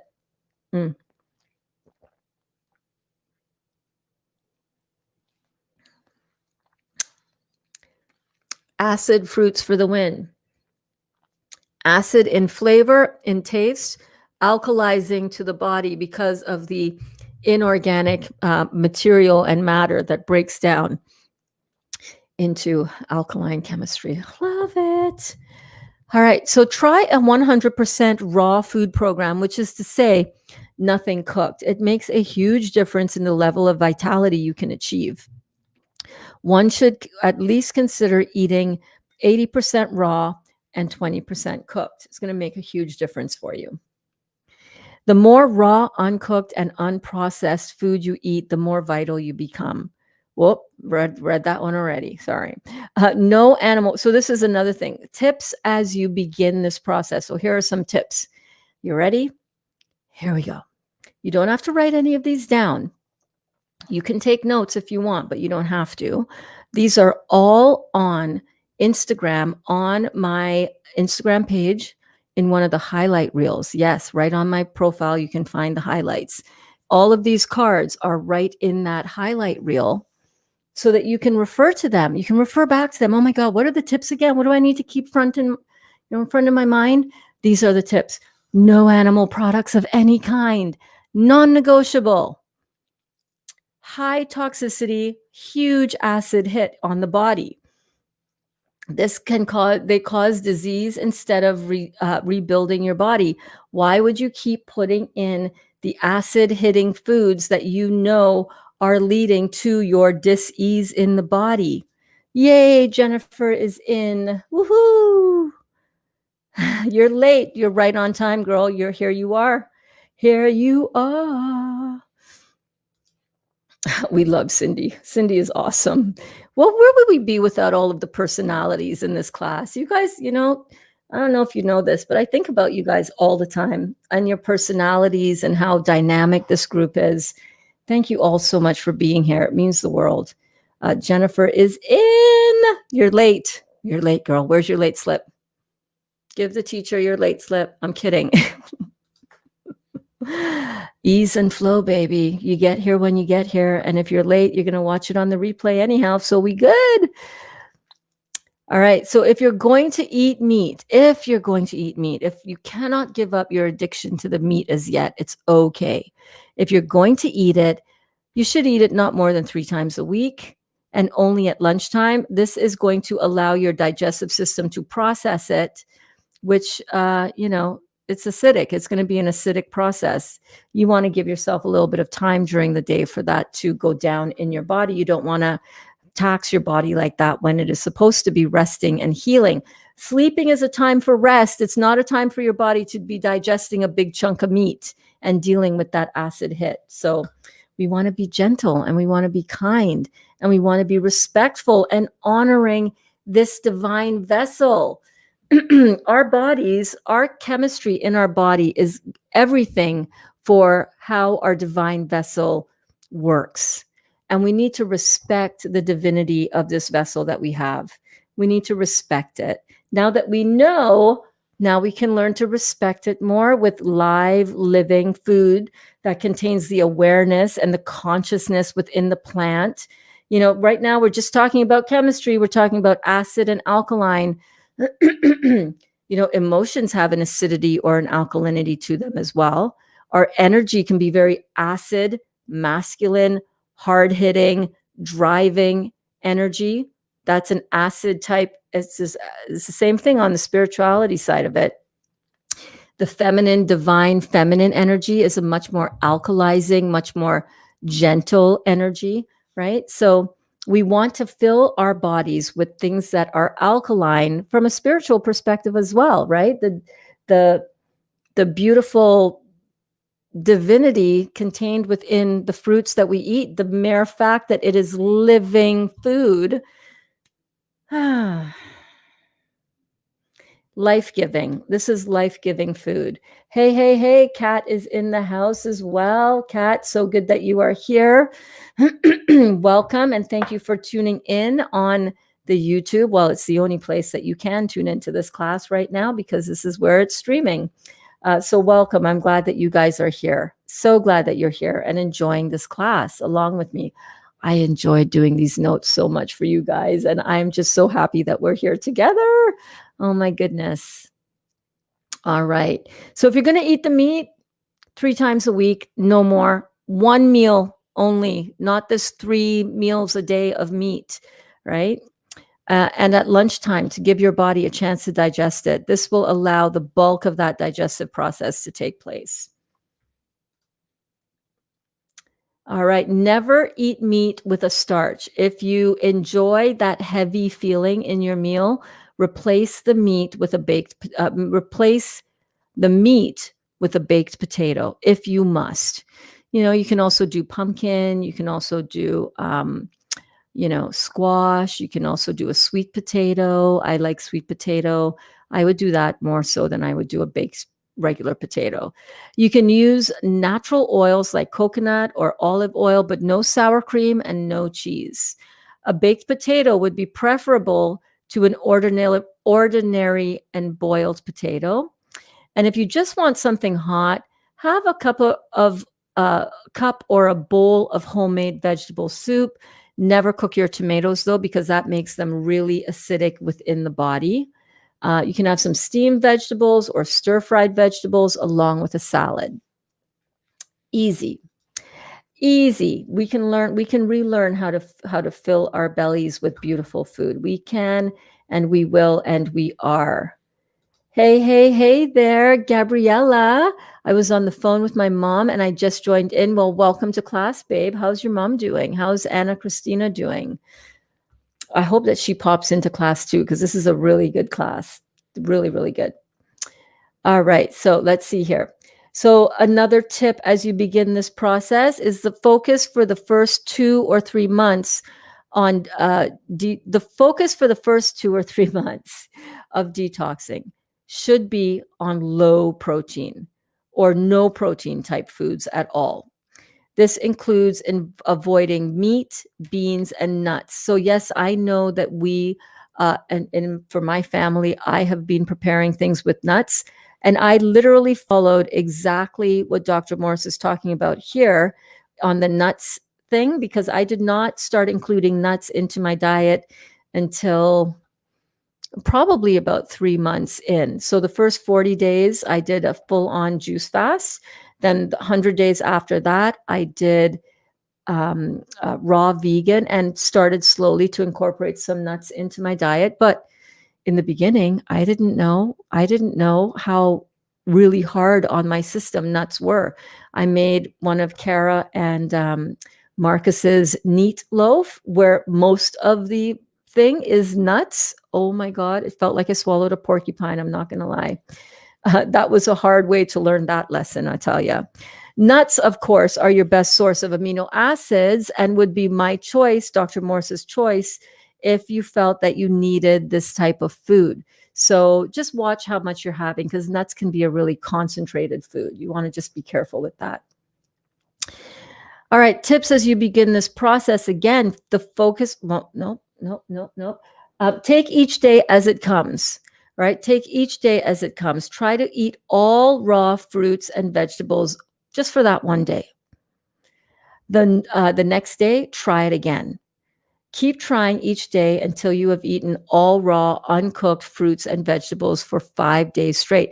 And this is what we're going to be doing, you guys. December 27th. Who wants to come in? Are you guys interested in doing a 5-day warm up to a 21-day juice detox? Now, you don't have to do the juice detox part. If you just want to challenge yourself to get, off of the standard American diet, which is so bad for you, right? Get off of that standard American diet and try this raw thing. We're going to be doing recipes in class where I'm going to let you guys know what I'm going to be preparing the day before, so you can go get your ingredients and we can cook together, uncook together. In the Real Juicy Detox kitchen, we're going to be making raw vegan pizzas that are not going to taste like crap. No, Cindy, you did not miss anything. You're good. Did you doze off, Cindy? Did you doze off, Cindy? So we're going to be doing it all in the kitchen. We're going to be doing it together. We're going to be doing this together. So if you want to come on this raw journey with us, this is a really good time to do it. Jump on in. Alana is in. Who else is in? Who else is in the house? Who else is in on the 5-day warm-up at the end of December 27th to the 30th, completely free? There's nothing to join. There's no catch to it. There's no, oh, she's going to try to upsell me later on down the road. No, I'm not. I just want you guys to experience what it feels like to be beautiful, vibrant, raw people Like it's going to change everything for you. Gabriella says, I know she's doing good. I know I messaged her to come here too. I'm flying on Sunday morning to go see her. Oh my God, that is so awesome. Nothing like seeing and connecting with family during Christmas time. Cindy says, did I miss anything? No, you're good, Cindy. Go back to bed. Doze off again. You're good. Oh, babe. Okay, so let's get back to our class notes. So you just want to try getting one day after another. Like Alana, right? Alana, when you started this, you thought 3 days. I'll do 3 days of the juice fast, and you were thinking 3 days. My God, I'm not even kidding you. I don't know if I'll last 3 hours. And here you are on day 60, bro. On day 60, you're rocking it. Rocking it. Some days you may only want to eat fruits, which is great. Yeah, you're going to find that. I find that. Some days I'm like, I don't care about the veggies. I just want the fruits. Fruits have the greatest cleansing power of all foods, the highest energetics, 8 to 10,000 angstroms of energy, makes them unmatched nerve and brain food. So anybody out there who are dealing with any kind of neurological disorders, any kind of lymphatic stagnation in the head or amyloid plaque issues that might present like headaches, tinnitus, vision problems, sinus problems, tooth issues, tooth sensitivity, sores in the mouth, canker sores, thyroid issues, all of this, sleep issues, depression, which is really an adrenal issue, but you got everything kind of works together. How you feel about yourself in the world is very much governed by the thyroid.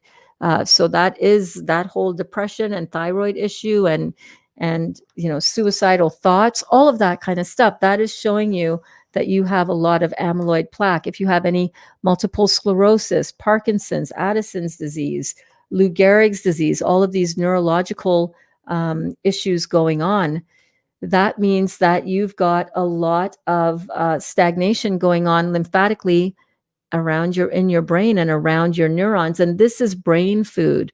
This is brain food that gets transmuted right from the juice right through your cells. There's very little digestive work that has to go on when you drink fruit juice. It just merges the cells, the live cells in this food merges with the live cells of your body, and your neurons are seeking out fructose, simple sugar. It's our fuel source, not complex sugar. Don't be afraid of fruits. I did a whole beautiful masterclass on sugar and carbohydrates and everything you need to know about that. It is listed in the playlist that is in the description in this video below. So check that out as well. Lots of great information. Thank you so much, Dr. Morse. We are so blessed to have this because of you.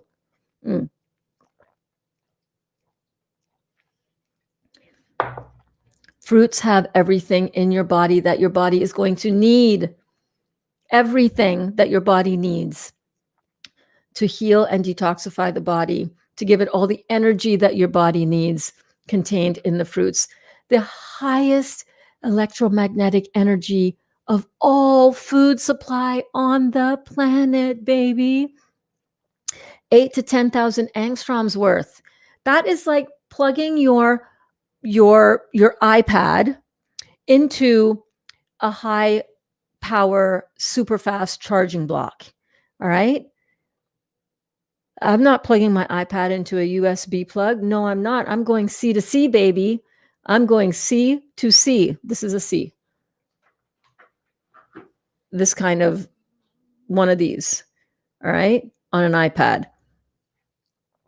That's what I'm going with. That's the power that I want to plug into. Full dynamic cellular energetics. It's like plugging yourself into the best power socket on the planet. You're getting charged up. You're change your life. This will change your life. This is going to change your life, which I'm so excited, because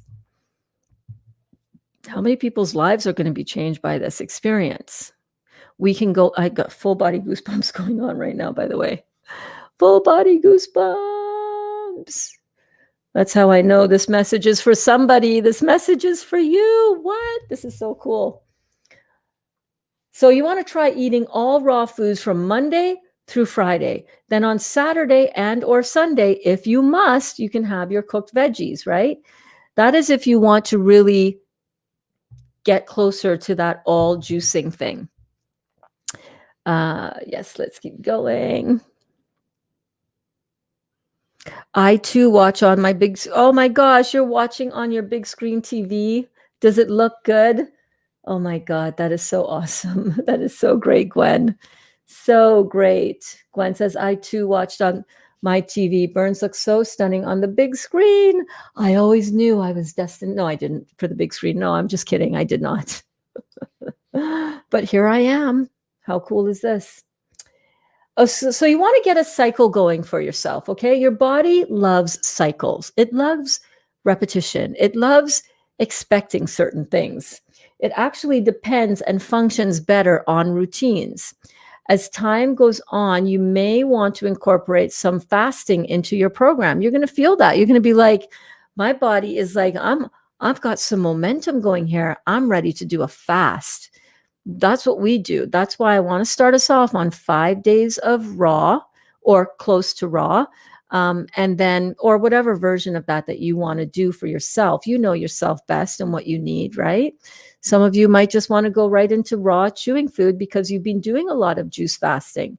Some of you are going to be coming right off of the standard American diet and you're going to be like, oh, hell no, I need my burgers. I got you, babe. I got you. Burnsy burgers for the win. That's right. They are epic. We're going to be sharing our recipes. I got you covered. I got you covered, babe. Rockstar Ruiz, hey, having pineapple for lunch. Oh my God, that is so awesome. I'm having grapefruit pineapple for my lunch right here. Okay, so as time goes on, you may want to incorporate some fasting into your program. This will accelerate the detoxification process for sure. Thank you so much, Cindy. You're awesome. As time goes on, you may want to incorporate some fasting into your program. This will accelerate the detox process. Give fasting your best shot. And that's why we are here. We are here together so that you can give fasting your best shot. The longer you last, the healthier you will get. Recondition yourself by retraining your eating habits. It's just a little bit of retraining. Aw, thank you so much, Cindy. You're awesome. You're amazing. Thank you. 200 what, babe? 200 what? What did I miss? What did I miss? What did I miss? Rockstar Ruiz having pineapple for lunch. Oh my goodness, that is awesome. Cindy, thank you so much, babe. You know I love you. I love you. I love you. Thank you. I appreciate you. Okay. So how much food should you eat and how often? This is another question that I get asked a lot. How much food? How often should I eat? How much? So there's always been this question, right? And it is Dr. Morse's opinion that we should only eat 1 to 3 different foods at a time, right? So not make it too complicated. All right, Dr. Morse, my Burnsy burgers have more ingredients than that, but it's all raw and it's all vegan. Eat as often as you like, but only when you're hungry, right? Our society recognizes eating only 3 times a day, breakfast, lunch, and dinner. And that leads to a lot of problems, you guys. That leads to a lot of problems. Because of this, we tend to overeat and combine many different types of foods at the same meal, right? So look at Thanksgiving meal, look at Christmas dinner, but look at any meal really.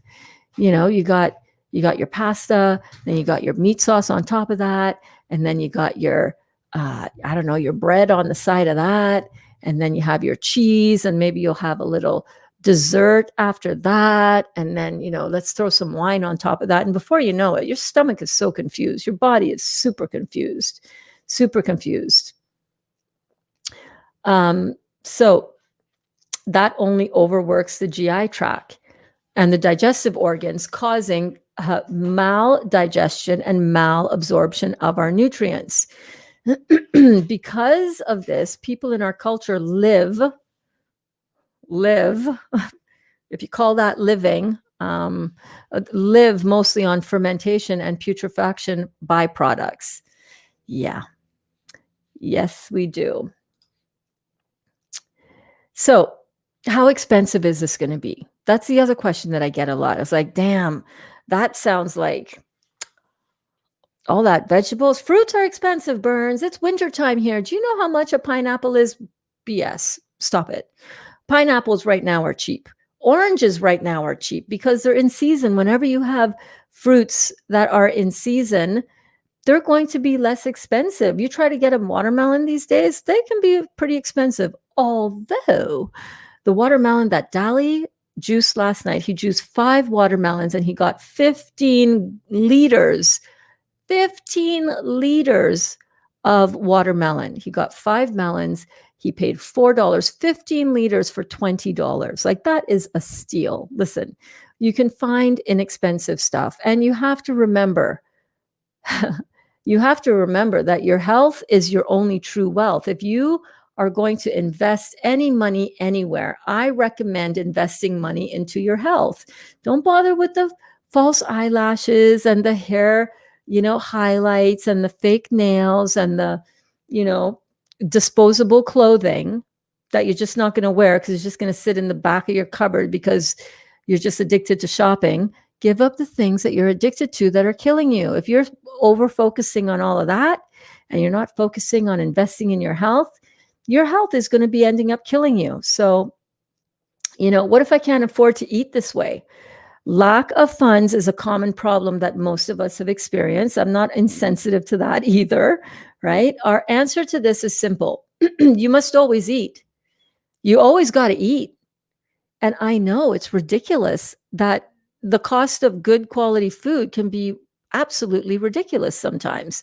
The cost of a Happy Meal, which it doesn't leave your body too happy in the end, the cost of a Happy Meal, much less expensive, right, than getting good quality produce on a regular basis. Because when you eat like this, you're always grocery shopping too. You're like, you want to keep up on your fruits. You don't want to, you want to always keep your influx of fruits fresh and your vegetables fresh in the house. But you always got to eat. Like, what are you eating, right?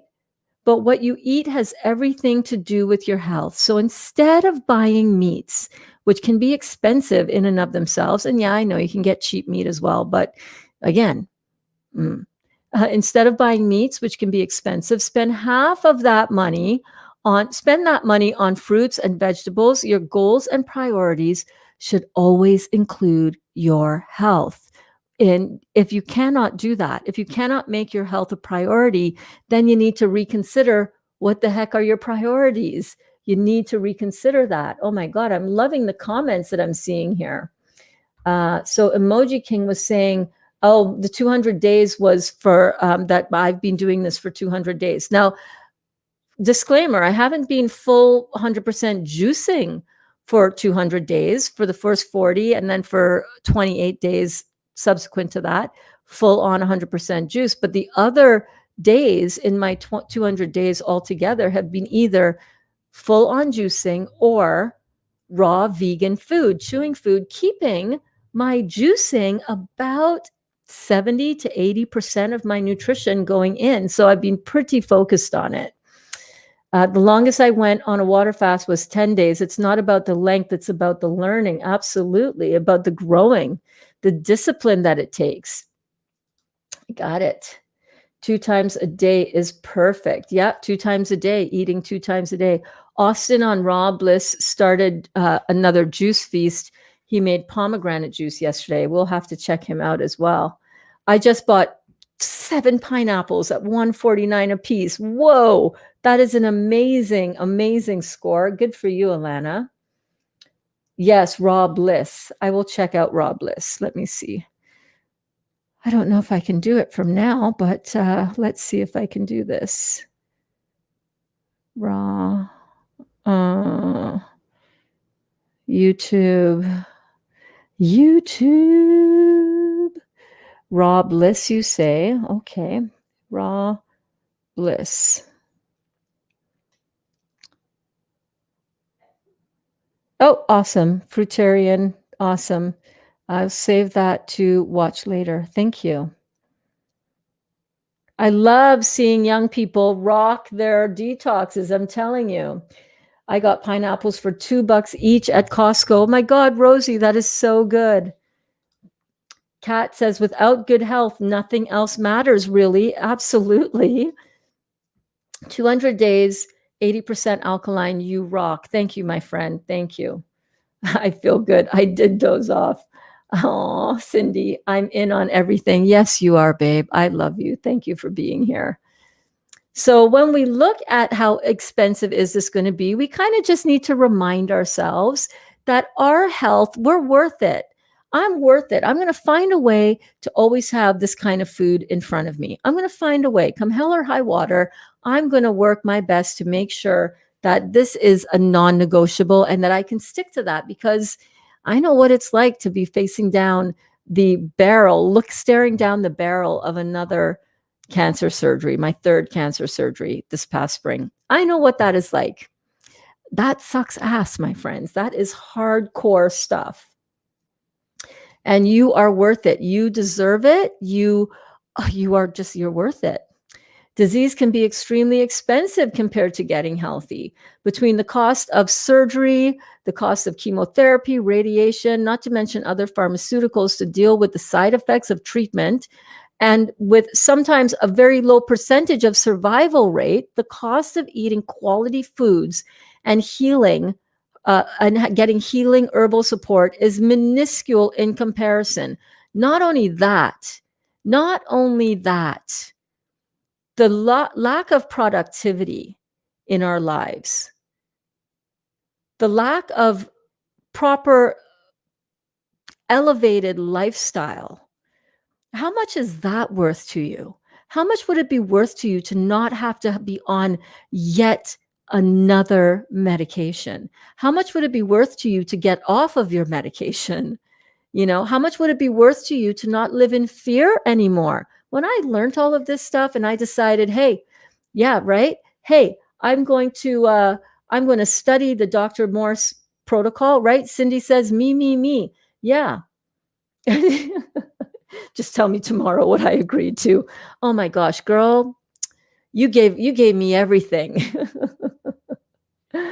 Hey, Ash, I'm starting today. I'm sticking with juice for 2 meals a day. I'm so ready to feel better.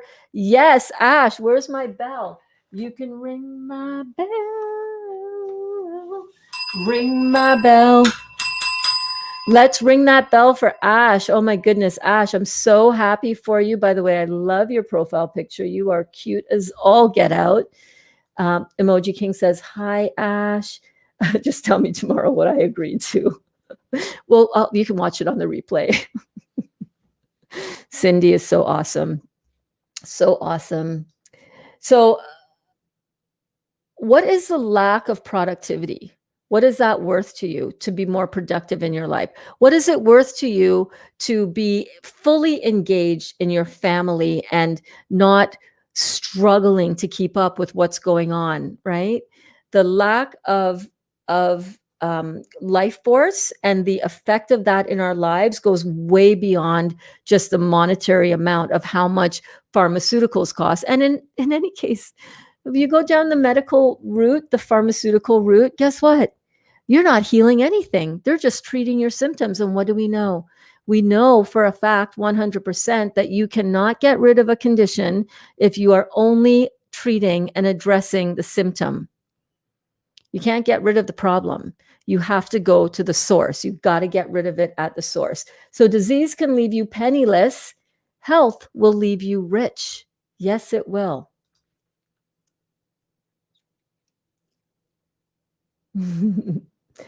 This menu, okay, so we're going to talk about this awesome menu right now. So I've got 2 menu cards that I did up here for you guys. This is just a sample. This is just to show you if you wanted to go into this raw lifestyle, but you didn't want to give up your beautiful, delicious chewing food. This is just to show you how you can eat. Now, this is way more food than I eat in a day, right? I don't eat all of that. Mainly I juice. Maybe I'll have some fruits, and maybe I'll have pizza at the end of the day if I've made a pizza. And we've been rocking our sprouted raw buckwheat pizza, you guys. We are not slouches over here. This one is actually a zucchini-based pizza. I'm telling you, man. Stick with me. I'll show you the way.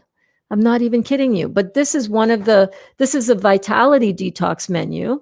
We're looking at 80-20 here and 80 raw. And over here, we're looking at the bold detox menu. Look at how delicious that is. All of these things I've made myself, all of these recipes will be coming to you guys all. So let's talk about these. Let's talk about the vitality menu for a second. So the vitality menu is set up for a 4-week transition from a heavy toxic food to pure, more alkaline food, leading to detoxification and regeneration of your system. So if you've come from the standard American diet, this one would be a great one for you to do. And while this menu is designed for beginners in this process and for social eaters, so you go out, you got to have something to eat, people come over to your place, you're going to a party, it's like, oh yeah, let me take a tray of those cucumber hors d'oeuvres that I made last night, for example, right? This is the menu for you. Meaning those who eat out a lot. It's not necessary to use the cooked vegetables and the grain alternatives that are offered, though. You can completely leave those things out, and it's not hard to leave those things out when you see how great the recipes are that we're making. So instead, for those who want to engage in this process more dynamically right from the beginning, or those under the care of a health professional, let's say you've got a medical condition like cancer or multiple sclerosis or Parkinson's or a spinal cord injury or Alzheimer's or other conditions that are really life altering and you really got to get going right away, you might consider any time to choose the only raw fruits and vegetables. So let's say you're coming into this brand new. You just found me here on the tube and you're like, what is this? I did not realize that one could heal their body with food. What? Okay, how do I get started? That was me when I first saw the Jason Bale movie. I was like, what? All right, what do I do? Juicer, awesome. Dust that bad boy off. Let's get some juicing going, right? I didn't have time to ask any questions because I was facing down the barrel of another open abdominal surgery to remove my liver for the second time. I was done. I was like, oh, hell no, we got to get going. We got to saddle up this pony and ride this bad boy, right? And that's what I did.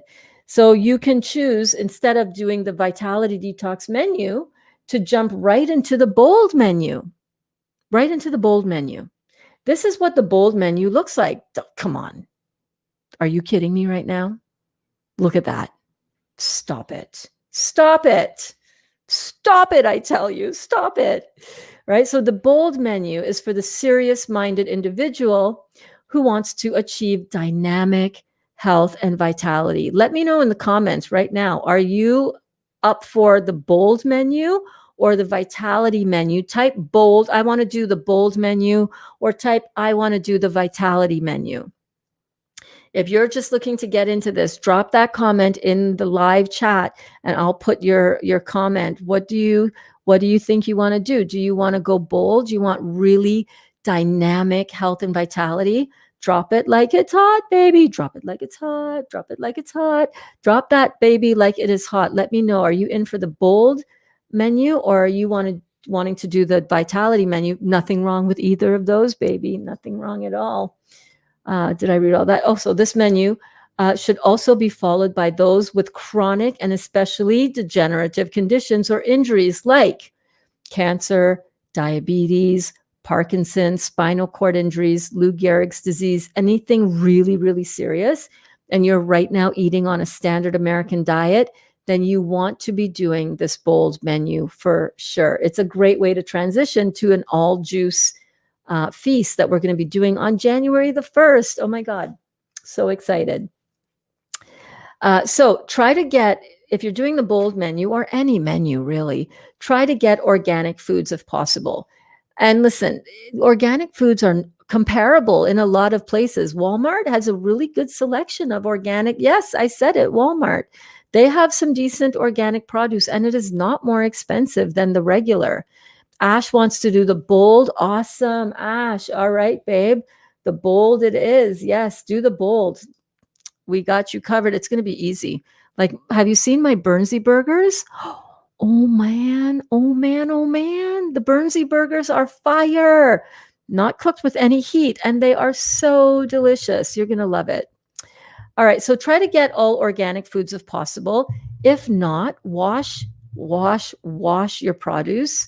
And this is something that I need to get a little bit better at because I really don't wash my vegetables that much. Shh. I'm being very transparent. I'm not perfect. I'm still working all the time to, to really tighten up this ship. The more I learn, the more I'm like, okay, I'm going to add that practice in now, like washing my vegetables really well. You can use 2 capsules of hydrogen peroxide and the juice of 2 fresh lemons in a sink full of water. You could also add a pinch of salt, let your fruits or vegetables soak for about 5 minutes, then rinse. And you may also scrub them if you wish with a vegetable brush. Be happy when you eat. That is so important. And relax.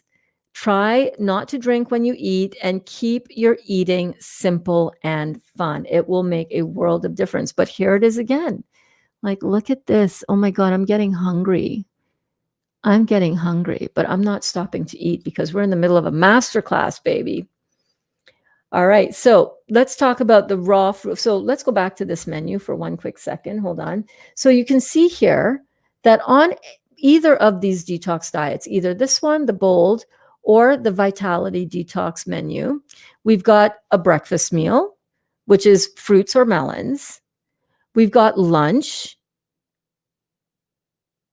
which is either fruits or melons or veggies. And on the Vitality menu, you can have some steamed veggies. This picture that I'm showing you here with the Burnsy burger, oh my God, so good. The Burnsy burger, I'm making myself my own mouth water right now. Look at that pizza though. Dang, that's all raw vegan. So for both lunch and dinner, you're going to go for some vegetables. So it could be a salad. It could be a Burnsy burger. It could be a beautiful warm soup. It could be, oh gosh, veggies and dip, right? It could be a bowl full of fruit or a bowl full of melon. It could be a smoothie. It could be some nice scream, right? That could be lunch. Now, dinner, same kind of thing.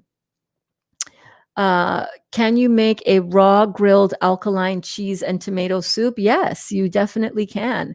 The cheese I would probably do as a cashew butter, a cashew nut cheese. So you can definitely do a raw vegan cheese and definitely make a raw tomato soup. Now, tomatoes would be the one thing that I would not cook.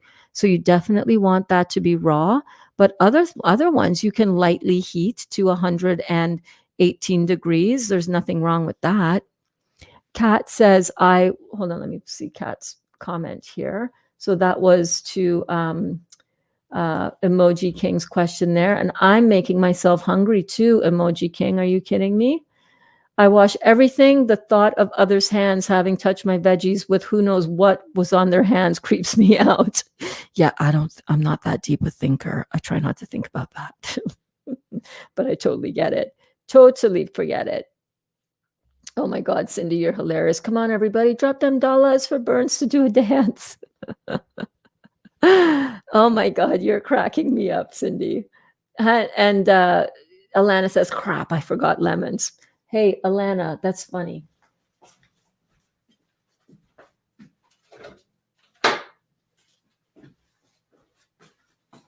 Let me show you why that is so funny. I got some lemons. Here, come here. You want some lemons? I got lemons. I got some lemons, baby. Dali was out at the grocery store yesterday and he was like, I'm at the grocery store. Do you need anything? I said, yeah, I need some lemons. Like 2. He's like, all right, I'll get you some lemons. 2 bags of lemons. Hello, hello, hello, hello. But yes, totally cool. Let's see here. Definitely hungry, and these look delicious. Let me tell you, girlfriend, they are so good. So good. Emoji Queen made me steamed vegetables last night. It tasted good, but my nose started running. Yes. That can happen sometimes when you change it up and when you start eating. You know, I would just chalk that up to detox, man. Yeah. Yeah, yeah, yeah. So you guys can get a sense, you can see how delicious this is going to be for us, right? I want to talk about the juices because in between, you see how in between each of these breakfast, lunch, and dinner, let me show it to you here. It's a little bit easier to see it on this one for some reason. On the Vitality Detox menu, in between each of your meals, your breakfast and lunch, and in between your lunch and your dinner, you can have juice.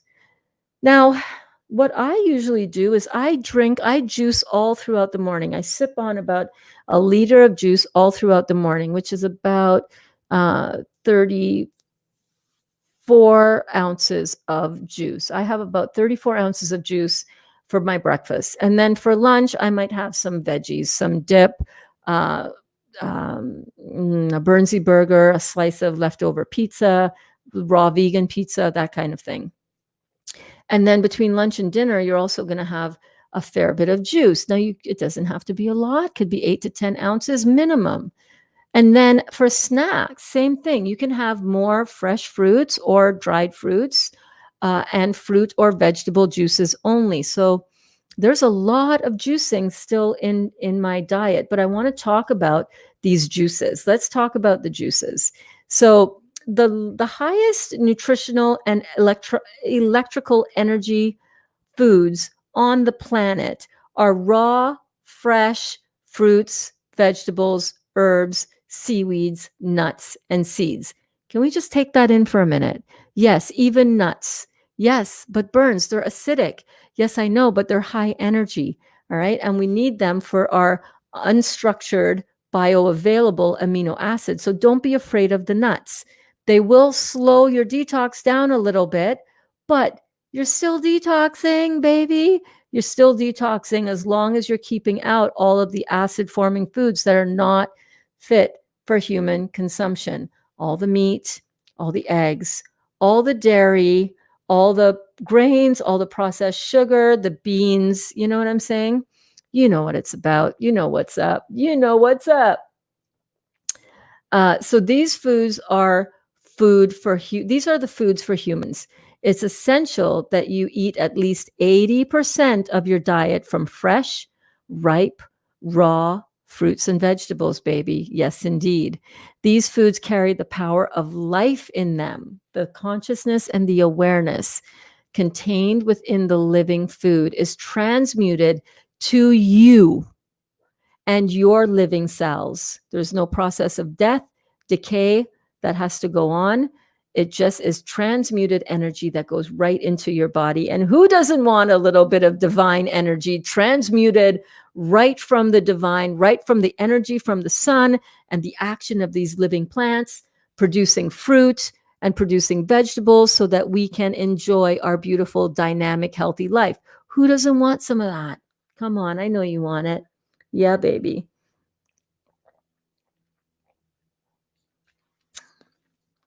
These foods carry the power of life in them.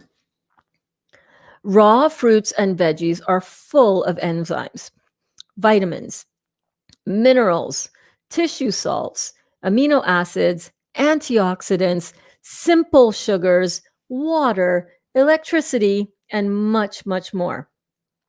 However, being frugivores, the fruits and nuts are more suited to us. Fruits and nuts are more suited to us as frugivores. Remember, the human gastrointestinal tract is only 12 times the length of the spine. Is only 12 times the length of the spine. Damn, that's long. Whereas an herbivore's GI tract is 30 times the length of its spine. That's crazy. Herbivores have numerous stomachs because vegetable fibers are much more difficult to break down than fruit fibers. So, a cow, how does a cow eat?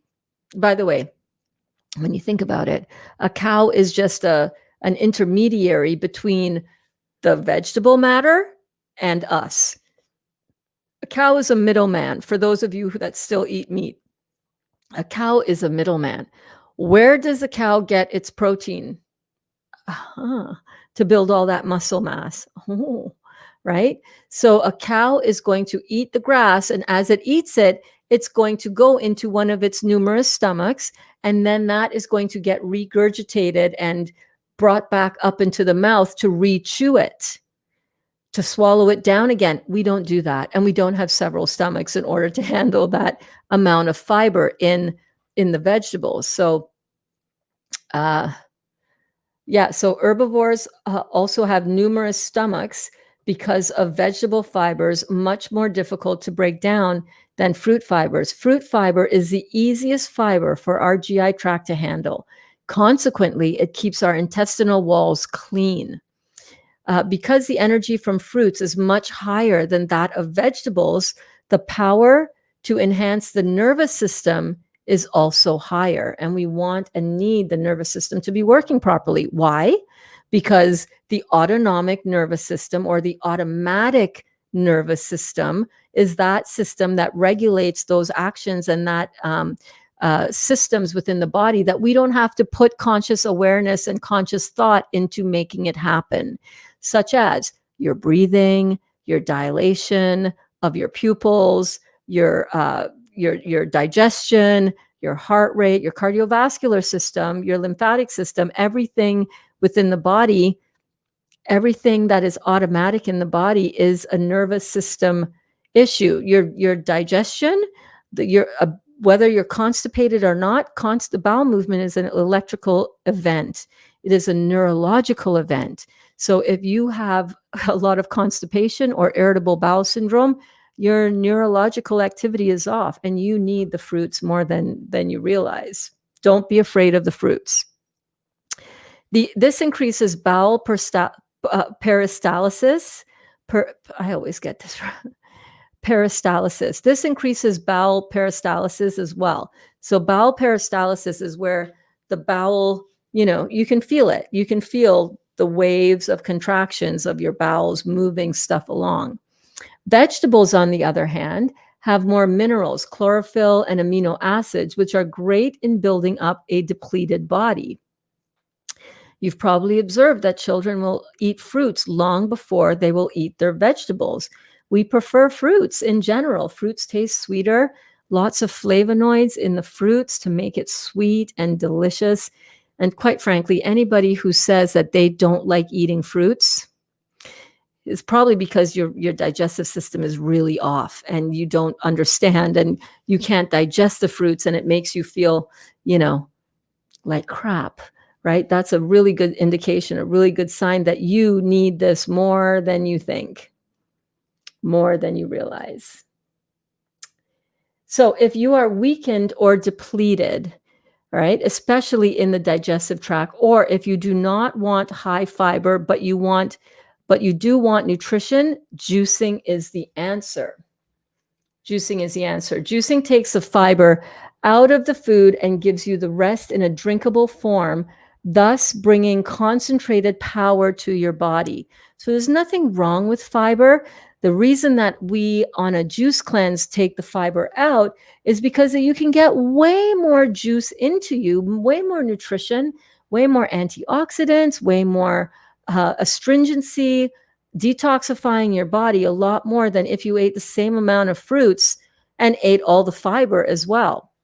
There's nothing wrong with the fiber. It's just that for the purpose of digestion, for the purpose of detoxification, we want to have that really pure juice. Also, remember that if we are cleaning out the body, if we are detoxing the body, one thing to bear in mind is that you want to conserve as much of your energy that you expend as possible. So digestion requires a certain amount of digestive energy to digest that fiber. Keeping that fiber out frees up some of that digestive energy so that it can be used to detoxify and heal the body and get it moving. And those of you who've ever done a fast, especially this kind of juice fast, will know you're pooping all the way through this. It's like, I know because I took a picture of every single bowel movement I had when I did my first 40-day fast and when I did the 28-day fast starting in October this year. I took a picture of everything. Yeah, because I wanted to see, I wanted proof. I wanted to be able to go back and go, oh, yeah, right. You do have a lot of bowel movement still. It's like, where's all this stuff coming from? We're cleaning out all of this stuff. The fruits provide an electricity to the bowels in order to clean them out of all of the stuffed gunk that is stuck in the bowels because of all this mucoid plaque that we have put there. Where am I? Okay, so while you might only eat one orange, you can drink the juice of 5 or 6 oranges, right? So this is really important, especially when we are looking at cancer or injuries or any disease or depletion in tissues. We need to have maximum concentrated energy. When you're healthy, drinking fresh raw juice makes you healthier. It's important to realize, however, that raw roughage from fruits and vegetables is essential for good bowel health. When refined grains mixed with other cooked foods and meats became the staple diet in the United States, bowel cancer in this country, in the United States, went from being the 4th highest incidence of cancer to being the 1st. Currently, it is number 2, only surpassed by lung cancer. Bowel health. Remember, in one of the other classes, we talked about the 4 basic processes that we need to start nailing a little bit better. Most of us are failing at these on some level. There's digestion, which happens in the stomach. There's absorption, which happens in the small intestine. There is utilization, happens at the liver level. And then there is elimination, which happens at the kidneys, the skin, and the bowels. So if we're not taking care of each of these functions in the body, we are going to have a compromised health. As we can see with these stats from the United States with their bowel health. And it all went downhill, baby, when we started eating all this refined crap. We suggest at least 2 to 4 ounces of glasses of vegetable or fruit juice a day, along with a raw food diet. At least, you guys, at least. When I usually do my juice cleanses, I usually get in 4 liters of juice a day. Yeah, 4 liters of juice. It staves off hunger, cravings. It starves the candida of their complex carbohydrates. It's very astringent, but it makes the juice cleanse a lot easier. But Dr. Morse says 2 to 4 10-ounce glasses of vegetable juice or fruit juice a day. The best time to prepare fresh fruit juice is before you intend to drink it. However, in our busy society, people get tired of juicing because of the cleanup issues. Now, juicing can take a lot of time, but so can preparing a regular meal for your family. And juicing is not going to impact your body like a traditional meal would. So, you got to trade it off a little bit, right? Sometimes it's going to be a little bit more prep work. Yes, I get it, but it's so worth it. Oh my God. I juice for the whole day, storing the juice in a glass container. That's what I do. I just buy a bunch of these mason jars. I have these awesome lids that are on my Amazon store. The link is in the description of this video. This makes it super easy to just pop a straw in, and it's leak proof and rust proof as well, which I really like, right? So I usually juice. Usually I juice the night before for the following day, but not always. Sometimes I juice in the morning for the whole day. We also freeze our juices. Dolly juiced 15 liters of juice yesterday, and he put them in the freezer so that he can have them later on. But if you're going to keep them in the fridge, no more than 2 days. I mean, in a masticating juicer like I have, like this one, the omega 800. They say you can keep your juice for up to 3 days, but I don't like it in the fridge for that long, personally. Remember, fruit juices are great brain and nerve and glandular foods. They're the cleansers of the body as well. Vegetable juices build structure of the body, especially bone, muscle, and connective tissue. And your body will go through cycles in which you crave fruit juices and fruits only. Then there will be a time when your body craves vegetable juices and vegetables only. Listen and flow with these cravings. The body knows what it is doing and what it needs. One of our greatest shortcomings is that we don't listen. People don't listen to God, they don't listen to their bodies. We think that the mind and the emotions control us, right? That's what we follow. It's like, oh, I'm feeling sad today. Oh, I'm feeling happy today. It's like an untrained puppy, this mind, right? We control it. We have control over what we put into it. Our bodies know what it's doing. We need to learn to listen to our bodies and the infinite divine wisdom that our bodies are inherently operating under. We just are not listening to it. So when your body is falling apart and when you feel like your body is betraying you, it's not. Your body is desperately trying to save you from the crap that you're putting in on a daily basis for the last, like, how many decades have you been stomping around on this planet? That long. Yes. Your body is desperately trying to protect you. Slow down. Stop the monkey mind. Stop second guessing everything. Understand the simplicity of what we're doing here. Apply it in your life while you learn these principles. See for yourself how you feel on different juices and on different foods and on different food combinations. As you continue to learn and grow, you're gonna transform your life, right? These are only conditioned tools that we can use to create our lives. They're just tools that we use to create our lives. So don't be all freaked out by it. Become free and return to God's way of vitality and vibrancy, which is contained in the fruits, melons, and berries, the natural food sources for our bodies, the vegetables, the nuts, and the seeds. Now, this is a really cool, I don't know if you guys can see it that clearly here. Yeah, yep. Oh, yeah, I can see it on my iPad.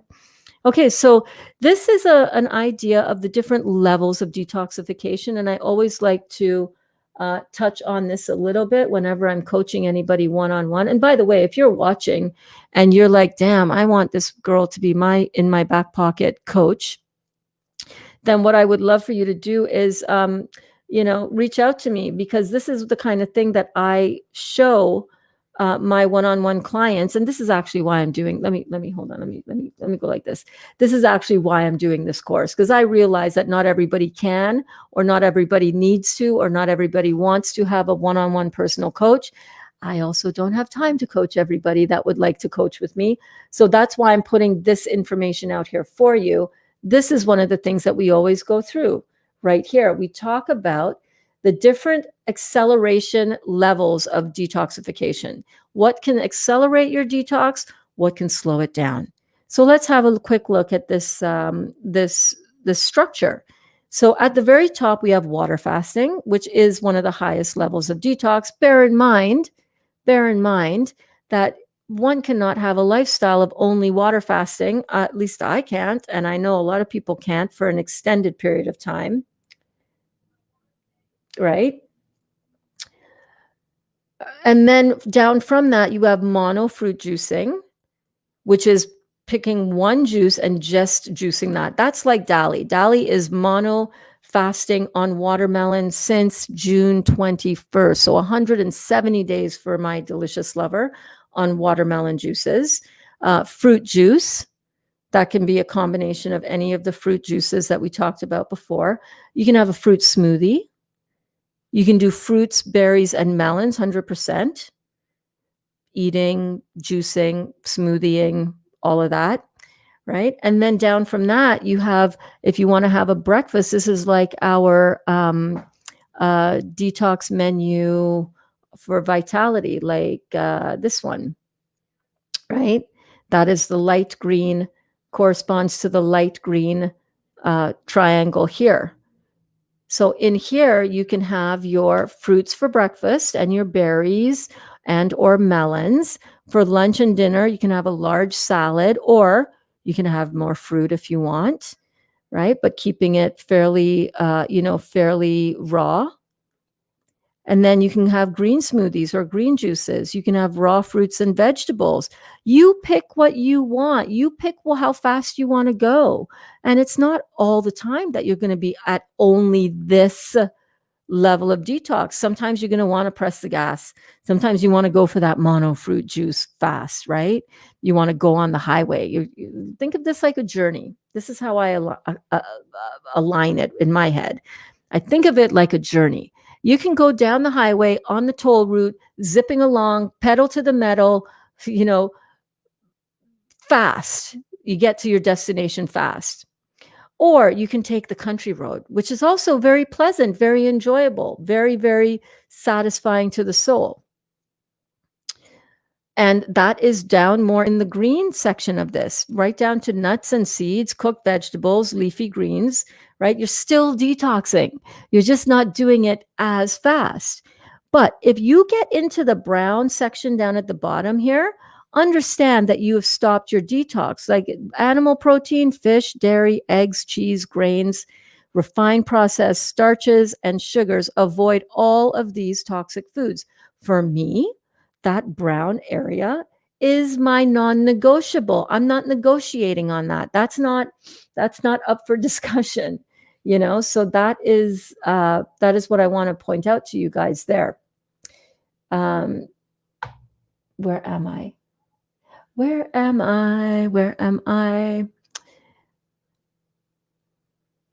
How are you guys doing? Let me move this for one quick second. I know I've got some comments here. Ashley says, you said stop the monkey mind. I've never heard that term before listening to Jay Shetty's podcast and book. Are you a Jay Shetty fan? I am now assuming that it's a common term somewhere else. Yes, I love Jay Shetty. I've learned so much from Jay. He's a beautiful, brilliant, brilliant soul. The monkey mind refers to the mind that is just like a monkey. Ever go to the zoo and you watch the monkeys in the cage? They can be really mischievous. They can sling shit at you, literally. They jump around all the time. They're kind of unwieldy little monkeys. That's why we call, when our kids or our animals are misbehaving, you little monkey, get over here, right? That's the mind as well. The mind can jump around like a monkey, untrained, wanting to sling shit at you every now and then. Yes, indeed. So yeah, it's a very common term, and it makes perfect sense. It's a great visual for that, right? Where am I on here? Okay, so yes. So we want to return to vibrancy. And if you follow along and you choose from this beautiful diagram of where you want to be and how intense you want to detoxify, you are going to have a really vibrant, healthy life. So just pick and choose. Right now, you might want to do, nuts and seeds and cooked veggies and leafy greens. And later on, you might want to up the ante and intensify things. Whatever you want to do, pick within that range. And remember the non-negotiables. Remember, I would not go and touch anything down there in that brown zone. That's a non-negotiable. There's too much good food to eat that you don't have to go down into that world, okay? So juicing is an art and somewhat of a science. Read, learn, and keep it simple. Enjoy the way these juices rebuild and cleanse the body. You'll find that you cannot live without them. I cannot imagine not having this kind of food in my life. Find yourself a good masticating or slow juicer like my Omega over here, my Omega 800, and that is in my Amazon store. It's in the link below. I do earn a small, very small commission on any sales from my Amazon store at no extra cost to you. Just a little disclaimer, it is an affiliate link. But that juicer is a workhorse, man. I love my juicer. And start juicing. Don't fiddle fart around, just start juicing. Even if you have an older juicer, even if you have a centrifugal juicer that, those Jay Cordich ones, like the Juice Man that rips up, or like Jack LaLanne, those juicers that rips up and shreds the cell wall of your juice. Not the most ideal, but if that is all you have, use it.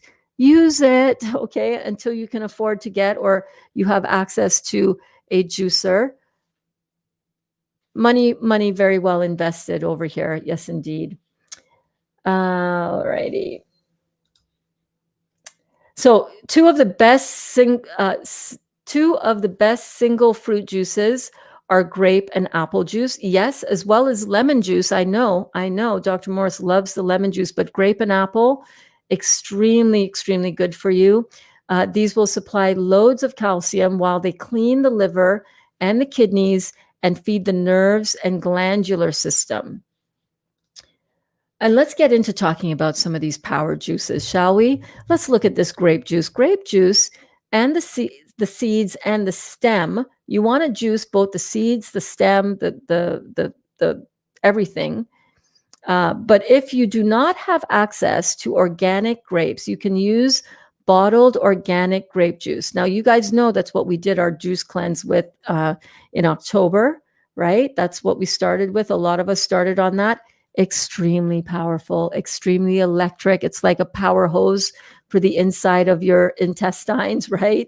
You're going to move some stuff out of you, let me tell you. And that, even though it is bottled and pasteurized, it has the electromagnetic properties in the fruit still active in it, because these Concord grapes are so powerful. So what you want to look for is organic, not from concentrate, in a glass jar.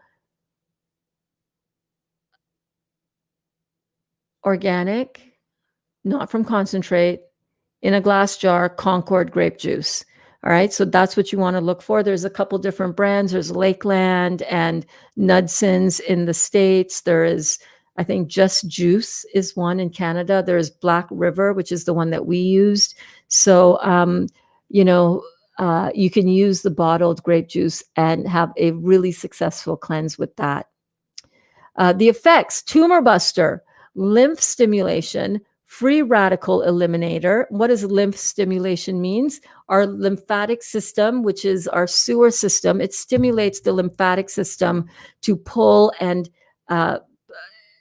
get rid of the metabolic waste that we naturally have whenever we digest any food, and that is stagnant in our body from decades of not filtering that same lymphatic system out of our body. When your lymphatic system becomes stagnant, it shuts down everything backs up. We get all kinds of interstitial cystitis, all kinds of disease, all kinds of cancer. And like I said, that's exactly what my mother died of, septic shock, lymphatic sewage system backing up all the way till it killed her. So sad. So preventable. You know what I mean? Free radical eliminator, toxicity removal, including heavy metals and minerals, strengthens the heart and the vascular system. So you want some grape juice in your life.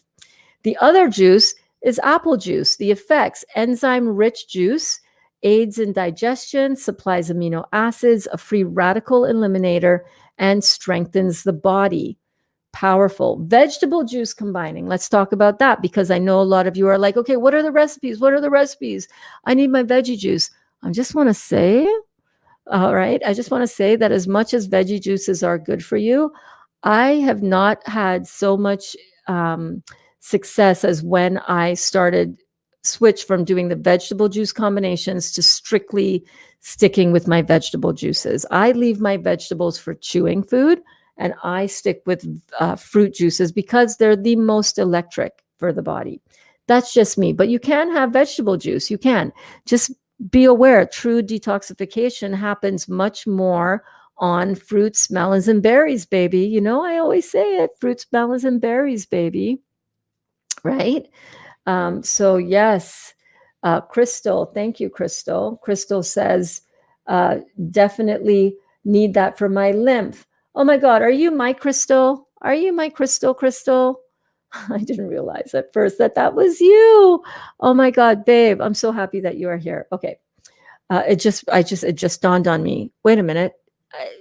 Crystal and Jeremy, are you my Crystal and Jeremy, Crystal? Oh my God, so cool. All right. Let's keep going. I hope you guys are getting some good value. If you are getting good value from this, how are you guys not smashing that like button? Come on. There's 17 of you watching right now. If you've gotten any value from this, can you go ahead and smash that like button for me? Thank you so much. That I appreciate that. That helps YouTube tell that tells the YouTube algorithm that this is valuable content that others should be watching. So don't be shy. Hit that like button. I would really appreciate that. All right, so vegetable juice combining. The following vegetable juice combinations are power packed for the liver, the kidneys, the adrenals. Oh, no, Crystal? Okay, that's all cool. I thought you were another Crystal.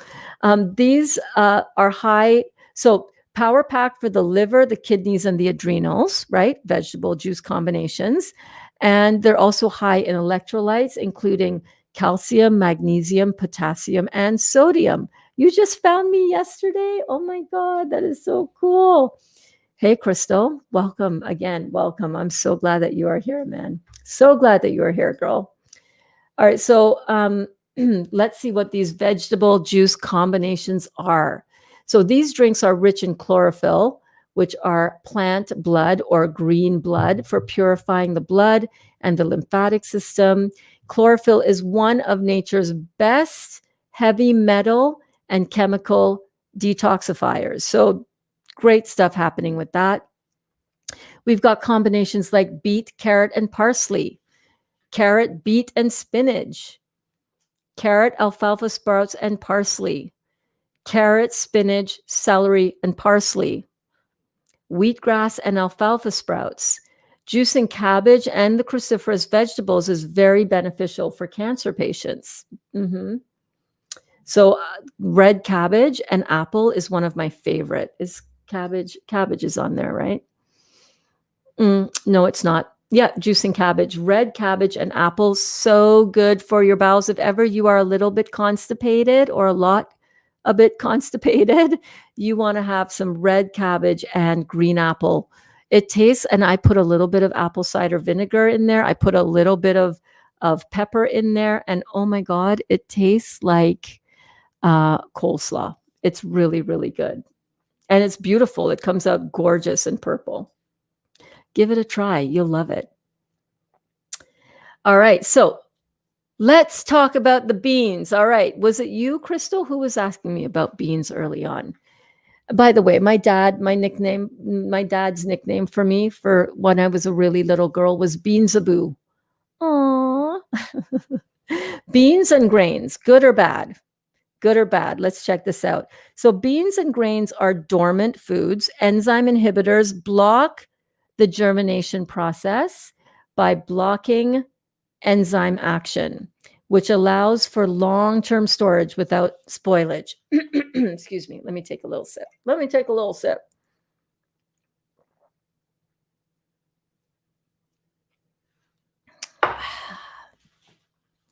So beans and grains are dormant foods. Enzyme inhibitors block the germination process by blocking the enzyme action, which allows for the long-term storage of beans. Even though beans are more protein-rich and grains are starches, they are both acid-forming and very hard to digest.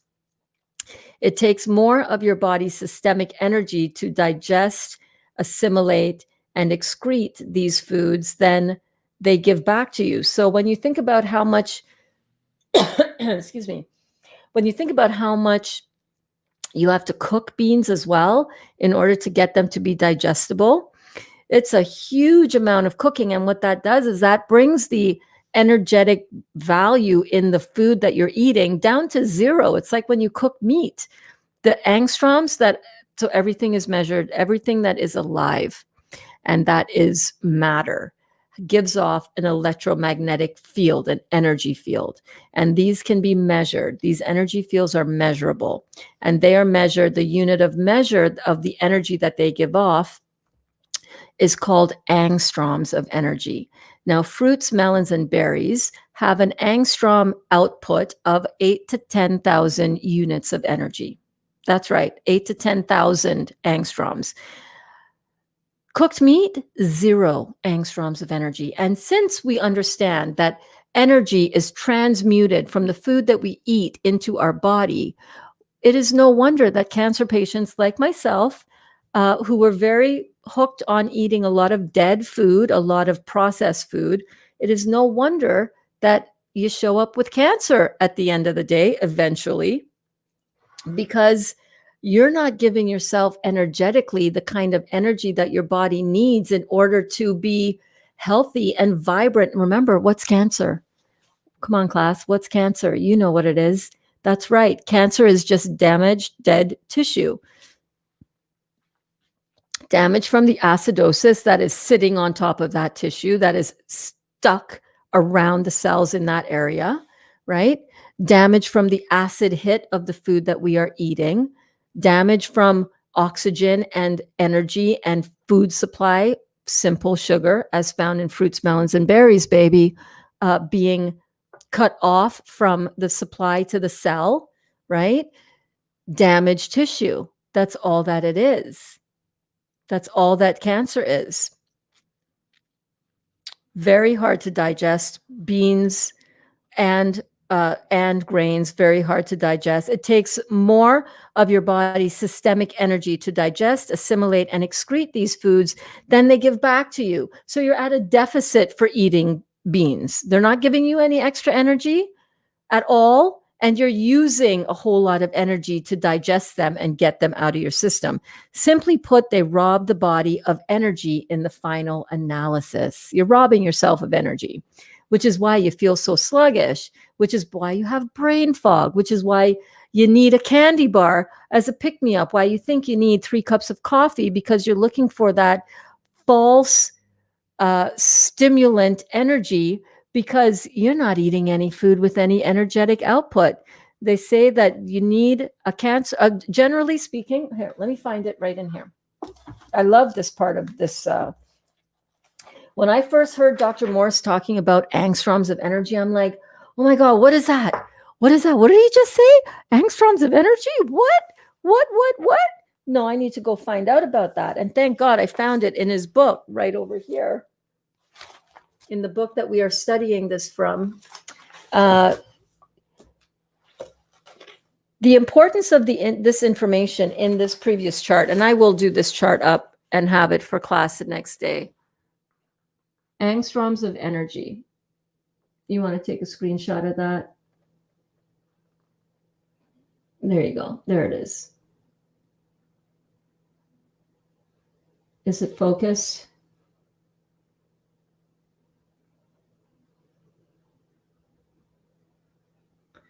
Oh, crap. That's not focused, is it? Focus, damn it. I will have that up for you, and it will be on my Instagram highlights later on. But this chart really talks about the importance of it, of energy in our food. This is really an important thing to note. Raw, fresh fruits, 8 to 10,000 angstroms of energy. Vegetables, fresh and raw, 8 to 9,000 angstroms of energy. Milk, fresh, raw, for children under 2 years of age only, 8,500 angstroms of energy. Vegetables cooked, 4,000 to 6,500 angstroms of energy. Now let's look at the toxic foods, energy of toxic foods. Pasteurized milk, 2,000 angstroms of energy. Cheese, 1,800 angstroms of energy. Low energetic foods here. Refined white flour. So not only are these things hard to digest and leave behind an acid hit in the body, they're low energy too. Like you're shooting yourself in the foot, left, right, and center here. At least I was. This is all I used to eat. I used to drink a lot of milk. I ate a lot of cheese. I had a lot of refined white flour, and I ate a lot of meat. Vegetables and fruits were not big players in my life until recently. Cooked meats. Hi, Dottie. Cooked meats, 0 angstroms of energy. 0 angstroms of energy. The human body has a frequency in a healthy human being of 6,500 angstroms of energy. That's how much energy the human body gives off. Average. Cancer patients, generally 4,875 angstroms of energy giving off energy. Well, it's no wonder, because if you're eating low vibing food, right, how is your body going to have the energy? You're plugging yourself into a faulty socket and expecting your body to have any energy to just get up and smile. So it says here, the importance of the information in this previous chart that I just read out for you will become clear when you understand that as Homo sapiens, we need at least 6,000 to 7,000 angstroms of systemic energy at all times to even begin to smile. Never mind be happy and healthy. At approximately 4,500 to 5,200 angstroms, you are more susceptible to cancer or other serious degenerative issues. So my best recommendation, if you're at all thinking about this, is to understand that if you're having a lot of these issues with your health, it's because you need to have more energetic, more high vibing, more angstroms of energy coursing through your system so that your body can go through and do this work of detoxing all this stuff that we've put in our bodies. This is high energy requirement food living that we're talking about. This is a very energetic process. Okay, Dot needs to come inside. Look at who's at the window. How much is that kitty in the window? Let me go let her in. Hold on.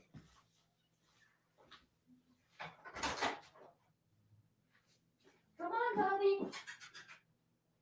Oh, come on. Yes. Yes, hello. It's freezing out there. My God. Hi. Hi, come on. Come on over, baby. Got to plug in my spare phone over here. Hold on.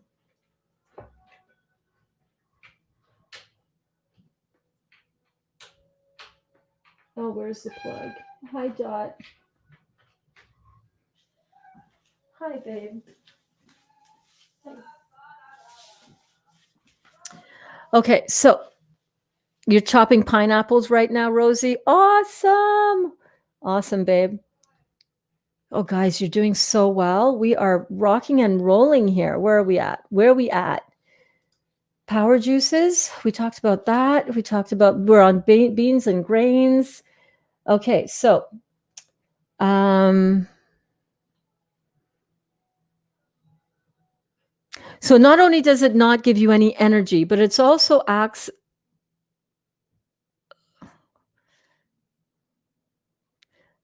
That last one doesn't go in there. Okay, we're talking about sprouts there. Hold on one second. There we go. Yes, Dot. All right, so it takes more of your body's systemic energy to digest, assimilate, and excrete these foods than they give back to you. Simply put, they rob the body of energy in the final analysis. And if you want, I love this one. If you wish to experience pure energy, you have to consume pure energy. Love that. Love that. So now, bear in mind, if you sprout your beans or your grains, you release the life force within them. You release their enzymes. The enzymes are catalysts for life and for growth. And when you sprout them, these enzymes, there's an explosion of life that happens. Their nutritional content then becomes more balanced and more usable by the body. So if you want to have your beans, you got to sprout them. Not all beans are sproutable. You need to do some research on that. The scope of this class isn't going to go into that. But seeds, you can sprout your seeds. You can sprout your beans. You can sprout your grains like wheatgrass, right? Where am I here? Their nutritional content becomes more balanced and more usable by the body, which is great. They become chlorophyll rich. Chlorophyll has been called green blood as its composition is close to that of human blood. Not only does this give you energy, but it also acts like an antioxidant, removing toxic metals and mucus from the body. So by all means, go ahead and sprout your chickpeas. Go ahead and sprout, I think mung beans sprout really well. Go ahead and sprout your buckwheat is not a grain. It is actually a seed, but I even sprout my buckwheat so that as many things that I can sprout and bring to life. That's what I'm about, baby. If you want true body vitality and regeneration, avoid unsprouted beans and grains. If you must eat them, do so in the cold climates and never together, as you don't want to combine protein and starch at the same meal. This causes even greater body enervation or death and fermentation and putrefaction. So those bean burritos, where you're eating beans plus a tortilla, right? Beans, protein, and starch, carbohydrates. Not good, not good, not good. Beans and rice. I know so many of us have beans and rice in our culture. I get it. I know. I understand. I'm going to miss certain things about my culture's food as well. I'm from Trinidad, and no more palau. No more palau for me. Palau is like a rice and bean and meat pilaf sort of thing. Every culture has their rice and beans or their version of rice and beans. It's part of our, it's just how it is, but it's just not good for us. Not good at all. So you want to be careful of that. And if you do happen to have it, monitor how your body feels. Like Renee, one of my clients, he said that he had, bean burritos and bean tacos or whatever. And his body, he felt it the next day. His body was more sore. His shoulder was acting up again. Your body is going to show you how it's doing with that. So again, beans or grains, good or bad, this is what we need to focus on. Health is energy, and energy comes from life, not death. Just soak that one in for a minute. Health is energy, and energy comes from life, not death. As you begin to eat more alive foods, you will know firsthand the effects that beans and grains will have on your energy level and your agility. Just talked about that, Renee, right? Yeah. We must look beyond our limited culturally determined nutritional ideas to see the vast array of foods that nature supplies for us. So instead of saying, oh, I need my fill in the blank, beans and rice, because, that's what I grew up eating. And that's what we've eaten in my culture for millennia, just because that is true, that is what you ate, and that's what your culture thinks is proper food, that doesn't mean that you cannot explore. And that's one of the things that I love doing in the Real Juicy Detox Kitchen right here with you guys. I love that. Yes, Rockstar Ruiz, absolutely. Being Mexican, beans and rice was so hard to give up. I know, but we can retrain our brains and we can retrain our palates and we can retrain how we prepare stuff in the kitchen so that we have the same flavors, the same textures, but not the same damaging foods. So you're in the right place for that, my friend. And to think, Rockstar Ruiz, you found me on a rebounding video on here. How cool is that? Dot, come and say hello to the class. Yes, come here. Come and say hello. Hello. This is Dot. She needs to get in on the action, don't you? Yeah. All right, off you go. Okay, don't wreck my sweater. It's always a risk I take picking up that cat. Took me a year. Oh, wow. Yeah. Do you have any favorite recipes? You should definitely share them with us because, we're always learning. I I love whipping it up in the kitchen. I love sharing the idea recipes with you guys, what works, what fits into this Dr. Morse kind of protocol. You know what I mean? Because just because something is plant-based does not mean it's healthy for you. I hear this a lot. Oh, I eat pretty healthy. I'm plant-based. I'm like, cool. So beans and rice. Oh yeah, I love my beans and rice. Yeah. Okay. Well, that's damaging to your body. We need to be aware. The more we understand, the more we can do the right thing. So our body is operating at its ultimate best quality. You guys are doing great, by the way. Oh my gosh, we've been at it for 3 hours, and you guys are doing an awesome job. Ringing some bells for all of you guys who are sticking with this and who are learning.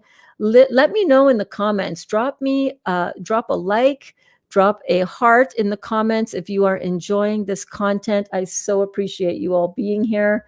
And give this video a thumbs up. I don't know, for some reason, doesn't show that I have any thumbs up here. Maybe the thumbs up does not show on my StreamYard streaming app. 3 thumbs up. Well, I'm going to give myself a thumbs up. That'll be 4. Drop me a thumbs up on the YouTube right now. If you're watching this live, drop me a thumbs up. Thank you so much.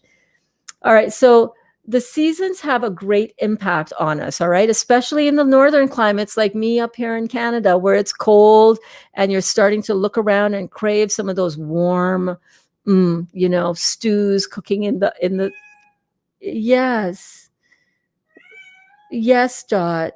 I'm not letting you back out. It's freezing and you're just going to want to come back inside. I'm trying to teach a masterclass up in here. Thanks for keeping it real professional though, Dot. Oh my God, hilarious.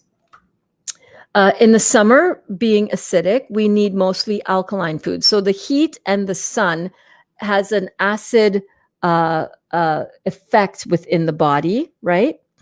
And those climates and in those times, we need alkaline and alkalizing foods, cooling foods. However, in the cold of winter, which is alkaline, we tend to desire acidic type foods like beans and grains. This is a natural process. Mike, it shows 19 for you. Yay. Awesome. Thank you so much. So good to know that. Maybe I just need to refresh my thingy here. Okay. Yes, it does. It shows 18 on my side. Awesome. Thank you guys so much. That means the world to me.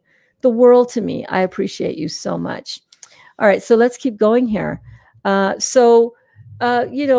it's colder outside and that is a more alkalizing experience, the body naturally tends to crave the opposite of that to bring it into balance, which is more the acid food. So in those cases, you know what, guys? I would choose things like chickpeas. I would choose things like more blueberries. Because if you go back and you check out the food list of acid/alkaline food, right over here, let me show that to you right there, right? If you have a look at that, you can, of course, we have the non-negotiables, right? The food that is not fit for human consumption, right? The meat, the dairy, the grains,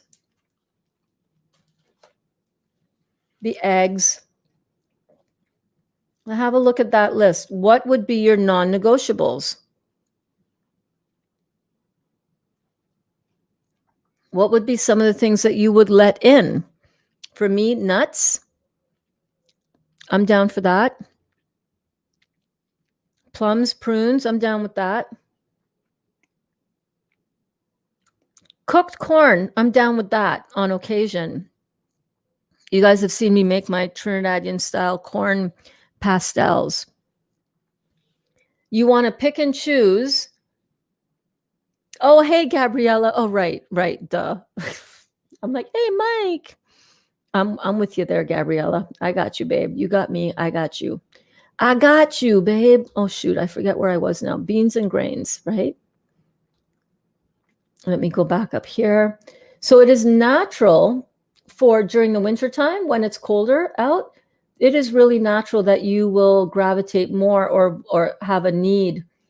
Let me see, where was I here?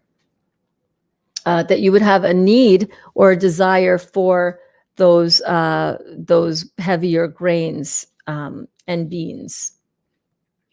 Where am I? Right here. This is where I am. This is where I am. All right. So these foods, however, should always be kept to a minimum. Remember, the healthier your glands are, the more the body will naturally create its own internal heat regulation. So this is something that is really, really important to remember. We hear this a lot. Oh my God, how do you do this raw food living when it's cold out? It's like, I know I put on extra layers. Okay. I turn the heat up in the house.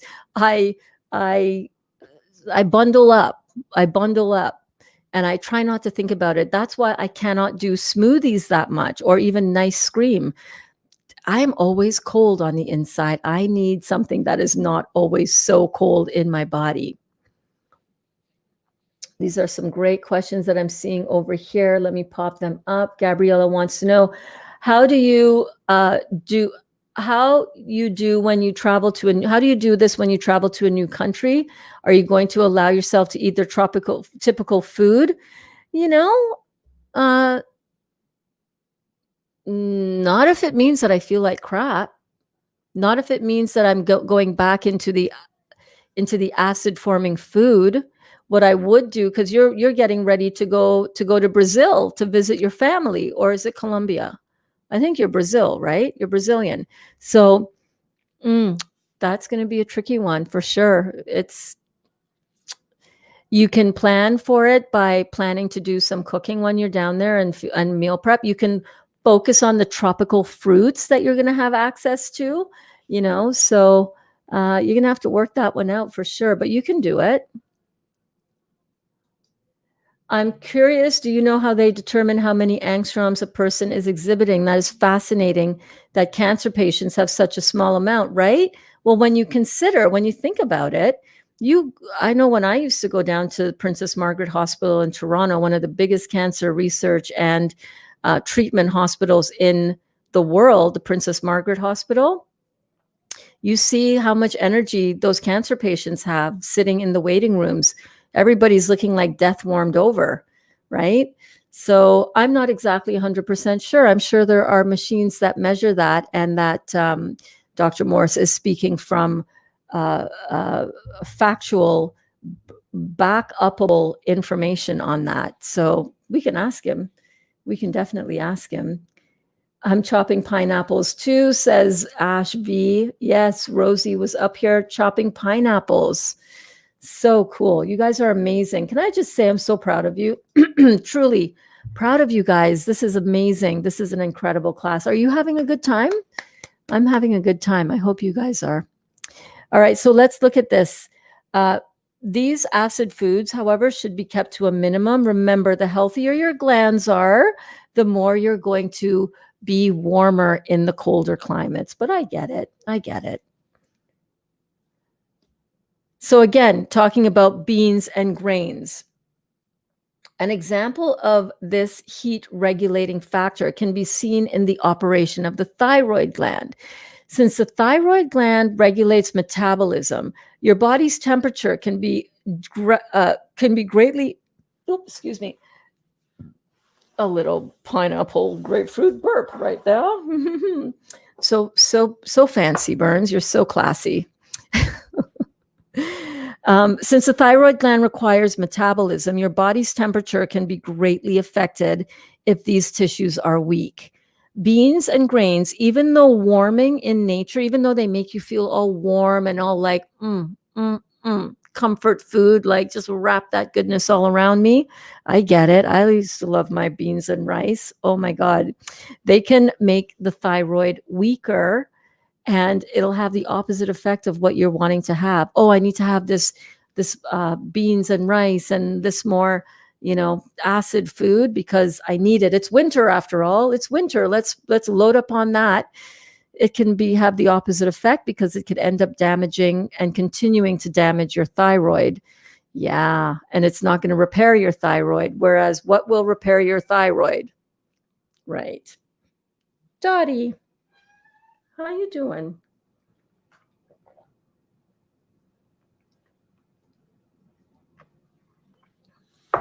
Go have a nap. Are you hungry?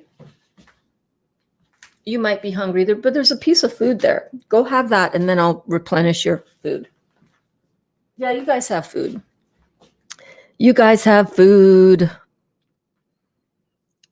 Right? So this can have the opposite effect of warming you up, instead causing you to be cold all the time, especially your extremities.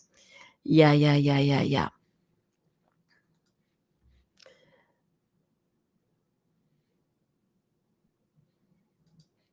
Rosie says rice and beans and tortillas are a staple food in my culture. I know, Rosie. I know. It's going to mean relearning some things so that you do not have all of the same conditions that all of the ancestors in your family and in your culture have had for decades and centuries. Look around your family. What is the state of their health? What do you need to do differently, right? I was wondering how everyone does raw and juicing and not miss hot food. I love hot food as I'm always cold myself. Well, this is a perfect slide for you then, Rosie. When you have this craving for hot food and when you're always cold yourself, it is because your thyroid is down and you need to energize and invigorate the thyroid gland, and you're not going to do that with with those acid forming foods. So your energy management and your temperature regulation will improve. It might take a while though. I'm not going to lie. Certain things in the body are going to take some time in order to heal, and that is okay. There's nothing wrong with that. You got to trust the process, and you got to put it in your body, and you have to see how it affects your body. A lot of us who are doing this are seeing stuff really come into more balance, and when we can see that, it gives us more inspiration to keep going. It gives us more inspiration to keep on juicing, to keep on doing the raw food. And some of the stuff that we make tastes so good. Oh my God. And it really is true comfort food that is not making you feel uncomfortable after you eat it. You know what I'm saying? I bought a heated blanket for the first time in my life. LOL. I know, I bought one too, babe. All right, let's talk about soy. You guys are doing awesome. We are in the home stretch here, and this is a very important topic to understand and to learn about. I learned a few things when I prepped this class for you guys on this topic of soy. As with every aspect of life, one always needs to question and investigate the truth behind the propaganda that fills the press concerning issues of nutrition and health and everything. Just saying, question everything. All right, question everything. There's propaganda everywhere. Question everything. If you learn the basics of health as set forth in this book that we are studying, the Dr. Robert Morse book, the Detox Miracle Sourcebook, this one right here. If you really break down and learn and study the stuff that we're talking about here, it's going to mean a world of difference for you. A world of difference for you, and helping you figure out fact from fiction. What makes sense, what don't make no sense at all. What the truth is behind certain things, and what they don't want you to know, so that you can heal yourself. All right. You'll learn the basics of health as set forth in this book, and you'll be better prepared to recognize fact from fiction. Use the facts and truths presented here as your template. So let's go. Check these facts out about soy, you guys. It's going to blow your mind. By the way, where do we find soy? Where do we find soy? Burns, I don't eat soy sauce. I don't have soy in my diet. Wrong. You've got a lot of soy. It's in everything.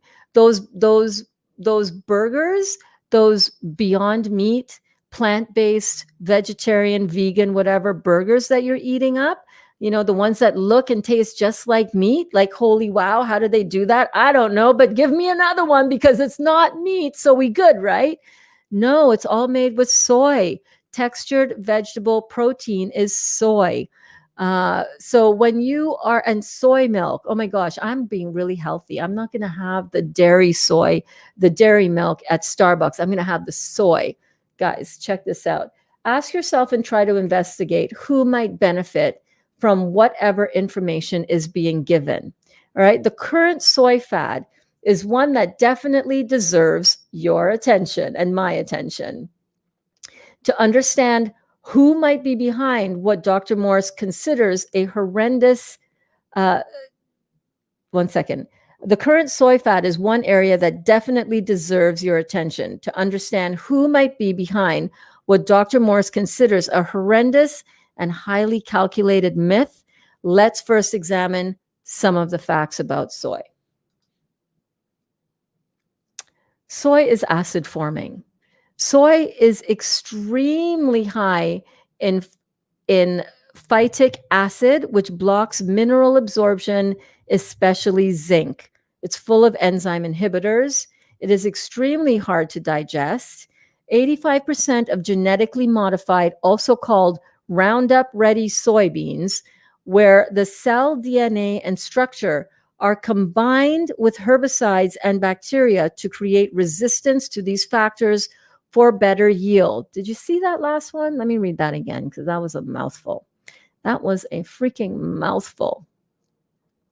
85% genetically modified, also called Roundup Ready soybeans, where the DNA in the cell and the structure are combined with herbicides and bacteria to create resistance to these factors for a better yield. So they're injecting and tampering with and changing the DNA of the cell and combining the cell itself with herbicides and bacteria right within the cell, structurally in the DNA. That's what you're consuming. You can't wash that off. You can't wash off herbicides that they're injecting into the DNA of the cell. Dude, that's some serious stuff. Serious. It's full of excessive amounts of hemoglobin, a clot-causing compound. It's allergy-causing. It's got extremely high levels of aluminum, very toxic to brain and nerve tissue, very bad for dementia, Alzheimer's, any kind of brain neurological functioning. Crazy. Over 80% of the oils and fats used in the United States are from processed soybeans. 80%. And that stuff is cooked into everything. That's why I don't buy packaged food. That's why I do not buy, gluten-free, vegan, organic even. You read the label, you see what's on the label, and you're like, I don't think so.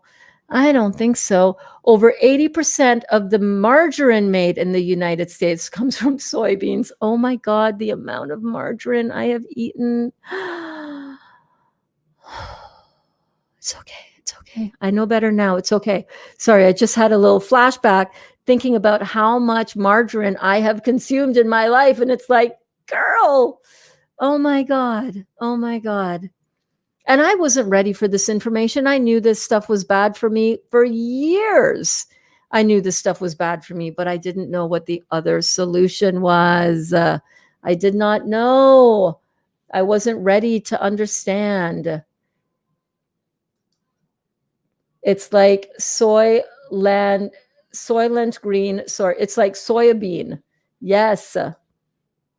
Yep, they put soy in everything, says Crystal. Yeah. Yes, in Brazil, I will keep up as much as I can. Same for going to the United States. But let's say you go to a new country you always wanted to go to. I probably would allow myself to try some of their famous dishes for once. Yep, just look at how your body is going to feel and respond to that. And, If that's what you want to do, knock yourself out. But I'm telling you, if you go there and you're clean, one of two things can happen. You're going to feel like crap because your body is going to go, oh, hell no, we need to detox that out. Did you see what she just dropped in here? Bam, get that out. It's going to be aggressive with you. I'm just letting you know. If you go and you're not clean, you're just going to be that much more sluggish and that much more compromised. So yeah. But I understand what you're saying. The allure and the like, I would love to travel the world when the world opens back up for that kind of thing. And yeah, you're right. There's a lot of things that I'm not going to be able to eat. And that's okay because this is a divine vessel. I'm choosing to do differently for myself and for my body. Mm, you know what I mean? Soylent Green. Soylent Green. I don't know what that means, but yes, okay. All right, so let's check this out. So over 80% of the oils and fats used in the United States are from processed soybeans. Over 80% of the margarine made in the United States comes from soybeans. Soybeans, as most beans, have enzyme inhibitors and are also high in phytic acid. They also must be processed at high temperatures to break down these metabolism blockers. So high heat processing them. So these are how it breaks down. These are the basic processes in obtaining soybean oil and soy protein. So this is just to keep in mind when you see those soybean textured vegetable protein, Beyond Meat burgers, plant-based, whatever. I mean, just be aware of what the hell you're putting in your body. Number one, it's got to be heated to between 225 degrees and 250 degrees, which destroys all nutrients, bonds proteins to minerals, bonds proteins to lipids and starches, and causes free radical formation. This creates trans fatty acids, which are hardening and obstructing, as well as mutagenic to DNA. So it's going to mutate your DNA. Creates trans fatty acids, which are hardening and obstructing, as well as mutagenic to DNA. Damn. The soy encourages rancidity or toxic for that bacterial action needed. All right, so there's a lot of toxicity because of that bacterial action, which is necessary for this process. It's extremely acid forming, possibly promotes the formation of acrylamides, which are carcinogenic compounds. Yeah. All right. The second thing that they need to do is that they have to press the oil. So cold pressed or solvent extraction involves exposure to light and air causing free radical formation through oxidation. Rancidity causing further breakdown, mostly stored in clear containers, allowing a continuation of that process of things becoming rancid or toxic or spoiled. Cold pressing only after cooking. And solvent extraction method that creates many toxic and carcinogenic compounds, lysine being a major carcinogen. Lysenia line. It causes cancer. That's what you need to know. Okay. I can't pronounce it. I can't pronounce it that well, but I know that it causes cancer. And now that I know that, I'm like, damn, that's some serious stuff. That's some serious stuff that they knowingly are putting in 80% of your diet. Yeah. Try that on for size. And they know this. They know this. Solvent extraction, which requires, alkali soaps, hexene, which is a petroleum distiller, phosphoric acid, and sodium hydroxide, the primary agent in Drano. That's what they're using in the pressing of this soy. Are you kidding me? Give me a break. A process of heating oil to over 400 degrees Fahrenheit, forcing hydrogen gas in the presence of a metallic catalyst through this oil for over 5 hours. What? They're pumping hydrogen gas into that stuff, y'all. Not only super kills, it literally renders a food substance dead and toxic. Oh my God, what are we putting into our bodies? Why didn't we know this before? Y'all, that's bananas. That is freaking nanas. As you can see, soy is not a food. It is a toxin, especially if it is cooked or processed. If it indeed has any estrogenic properties, which some people are saying no, some people are saying yes, but Dr. Morse says if it has any of these estrogenic properties, this adds to the destructive side effects, especially in 80% of the females who are estrogen dominant. So we're already estrogen dominant because we're eating all this excess estrogen, but then we're putting more of that estrogenic factor in our body, continuing to hike up our estrogen. Hormones are out of whack, hot flash, cold flash, female reproductive issues, all of that out of balance because we're dumping in all this extra estrogen.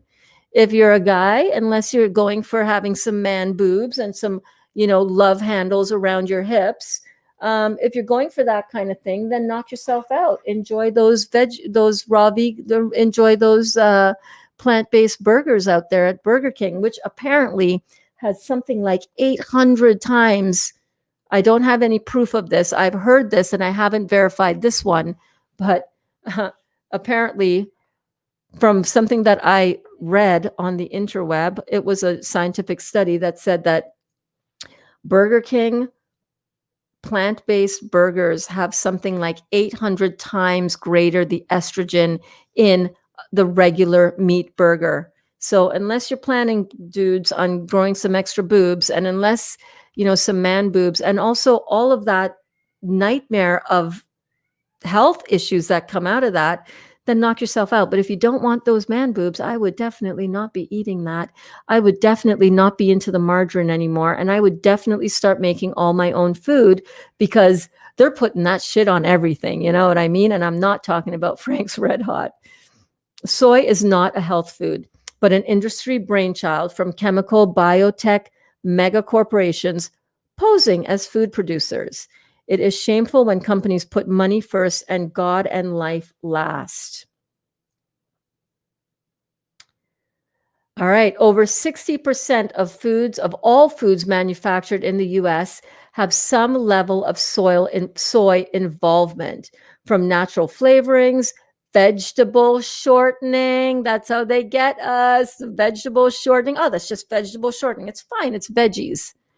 Vegetable shortening, hydrolyzed protein, textured vegetable protein, and soybean oil into soy protein. Yeah. And soybean oil right up to soy protein. Many people are consuming some form of soy in the form of protein powders, excuse me, soy milk, soy candy bars, health bars, and even baby food. Y'all, soy products account for close to $100 billion a year in business. What does that tell you about why soy is being presented as the greatest thing since sliced bread? Well, Dr. Morse says white bread. I say sliced bread. Time to wake up. Time to wakey. Time for us to realize what we're doing to ourselves and who is at follow the money. Follow the money. Follow the money, honey. Remember, if it is not a fruit, a vegetable, a seed, or a nut, you probably don't need it, and it's probably toxic to you. All right? It's probably toxic to you. I highly recommend getting this book, the Detox Miracle Sourcebook. This was all from Module 7 in that book. This is Detox 102, and this is officially the end of this masterclass. Yes. Oh my goodness. Give everybody a, a few rings on the bell for staying with this. That was an entire beautiful class. We have been teaching for 3 hours, just over 3 hours. We're 3 hours and 25 minutes into the class, but remember, we got started at, what was it? I forget what the mark was, 17 and a half minute mark, something like that. Right? So you guys are rock stars. You are amazing. I'm so proud of you. You got through all of that. So, everything that you need to know, everything that you need to know. Let me just go up here and see. The solution is grape juice with lemon. Yeah, man, that's one of the highest levels of detox. Yeah, you don't want to end up in the hospital in a foreign country. Listen, if you're going through extreme detox and you're feeling the brunt of that with the, diarrhea and the vomiting because you're eating all kinds of other food that is not really food, just because it's like the cultural thing that culture does there, find other things around the culture if you're traveling. Find raw vegan places everywhere that you go nowadays. They have them. They're around. We crazy raw vegans are around. Oh, Soy Lament Green was a movie from 1973. All right. Thank you for letting me know. Ash says, Alana, my husband and I have a heated mattress pad, and it's one of the best purchases we've made. That is so good. And then Gabriella says, yeah, you're right. The body would probably refuse that food right away. Thanks, Burns. I was just curious about your answer. Yeah. I mean, it's one of the things that's like, damn, I can't have any what? I can't have any of that. I can't have any of that. Oh, it smells so good. What's in that? This is one of the things that you're going to have to decide how much latitude you give yourself if you're traveling to a foreign country. If it were me, my how I feel in my body and how I feel healthy right now and the energy that I have, how my skin looks, my vitality overall, that's not worth giving up, especially when I'm traveling and when I want to have all of my energy and I want to go sightseeing and maybe I want to go visit some of the cultural landmarks, go visit the beaches, do all those fun things. I don't think I'm as addicted to food anymore to say, screw it, I'm on vacation. Yes, give me all of that goodness. I feel too good in my own skin. I don't want to do that to myself. Burns, you are so amazing for all the time you give. Thank you so much. You're so very welcome. So very welcome, Kat. I love coming here. I love doing this with you guys. It's just what's all good about all of this. I love it. I love it. I love it so much. So I hope that you guys found value in that. I hope that you share this. I hope that you refer back to this video. If you have somebody that's wanting to know, how do I get started? What do I do? What do I eat? What's up? What's up? What's up? But what about this? Well, what about beans? But what about soy? But isn't that too much sugar? I got that answer, the too much sugar one in the masterclass on sugar. Check that one out. So I'm so grateful for all of you. Keep on rocking your programs. If you're new to this, if you want to get started on this, thank you so much, Jennifer. Thank you so much. If you want to connect more with me, guys, I go live 3 times a day. That's right, 8 a.m. Eastern Standard Time, Bouncing with Burns, right over there in the lounge. We do a noon class right here. It's not always a master class like this. Sometimes we are way more interactive in the comments because we are hanging out with each other while I make food in real time alongside of you guys. A lot of you are making the food at the same time, whether it's on the replay or whether it is live and in person with me. And then I go live at 8 p.m. Eastern Standard Time. And these are the perfect classes to ask whatever questions that you have, because if you got questions, I got answers, baby. And if I don't have the answers, I will find them for you. So make sure to tune in. Make sure to be a part of the class. Make sure to have your voice heard and seen. And make sure to keep it juicy, baby. Keep it juicy. All right, guys, I love you all. Mwah. Signing off. Oh, and follow my Instagram stories and Facebook stories because I do a lot of behind the scenes stuff in there. All right. I love you all so, so much. We will see you tonight at 8 for our regularly scheduled check-in session. All right. Mwah. Love you.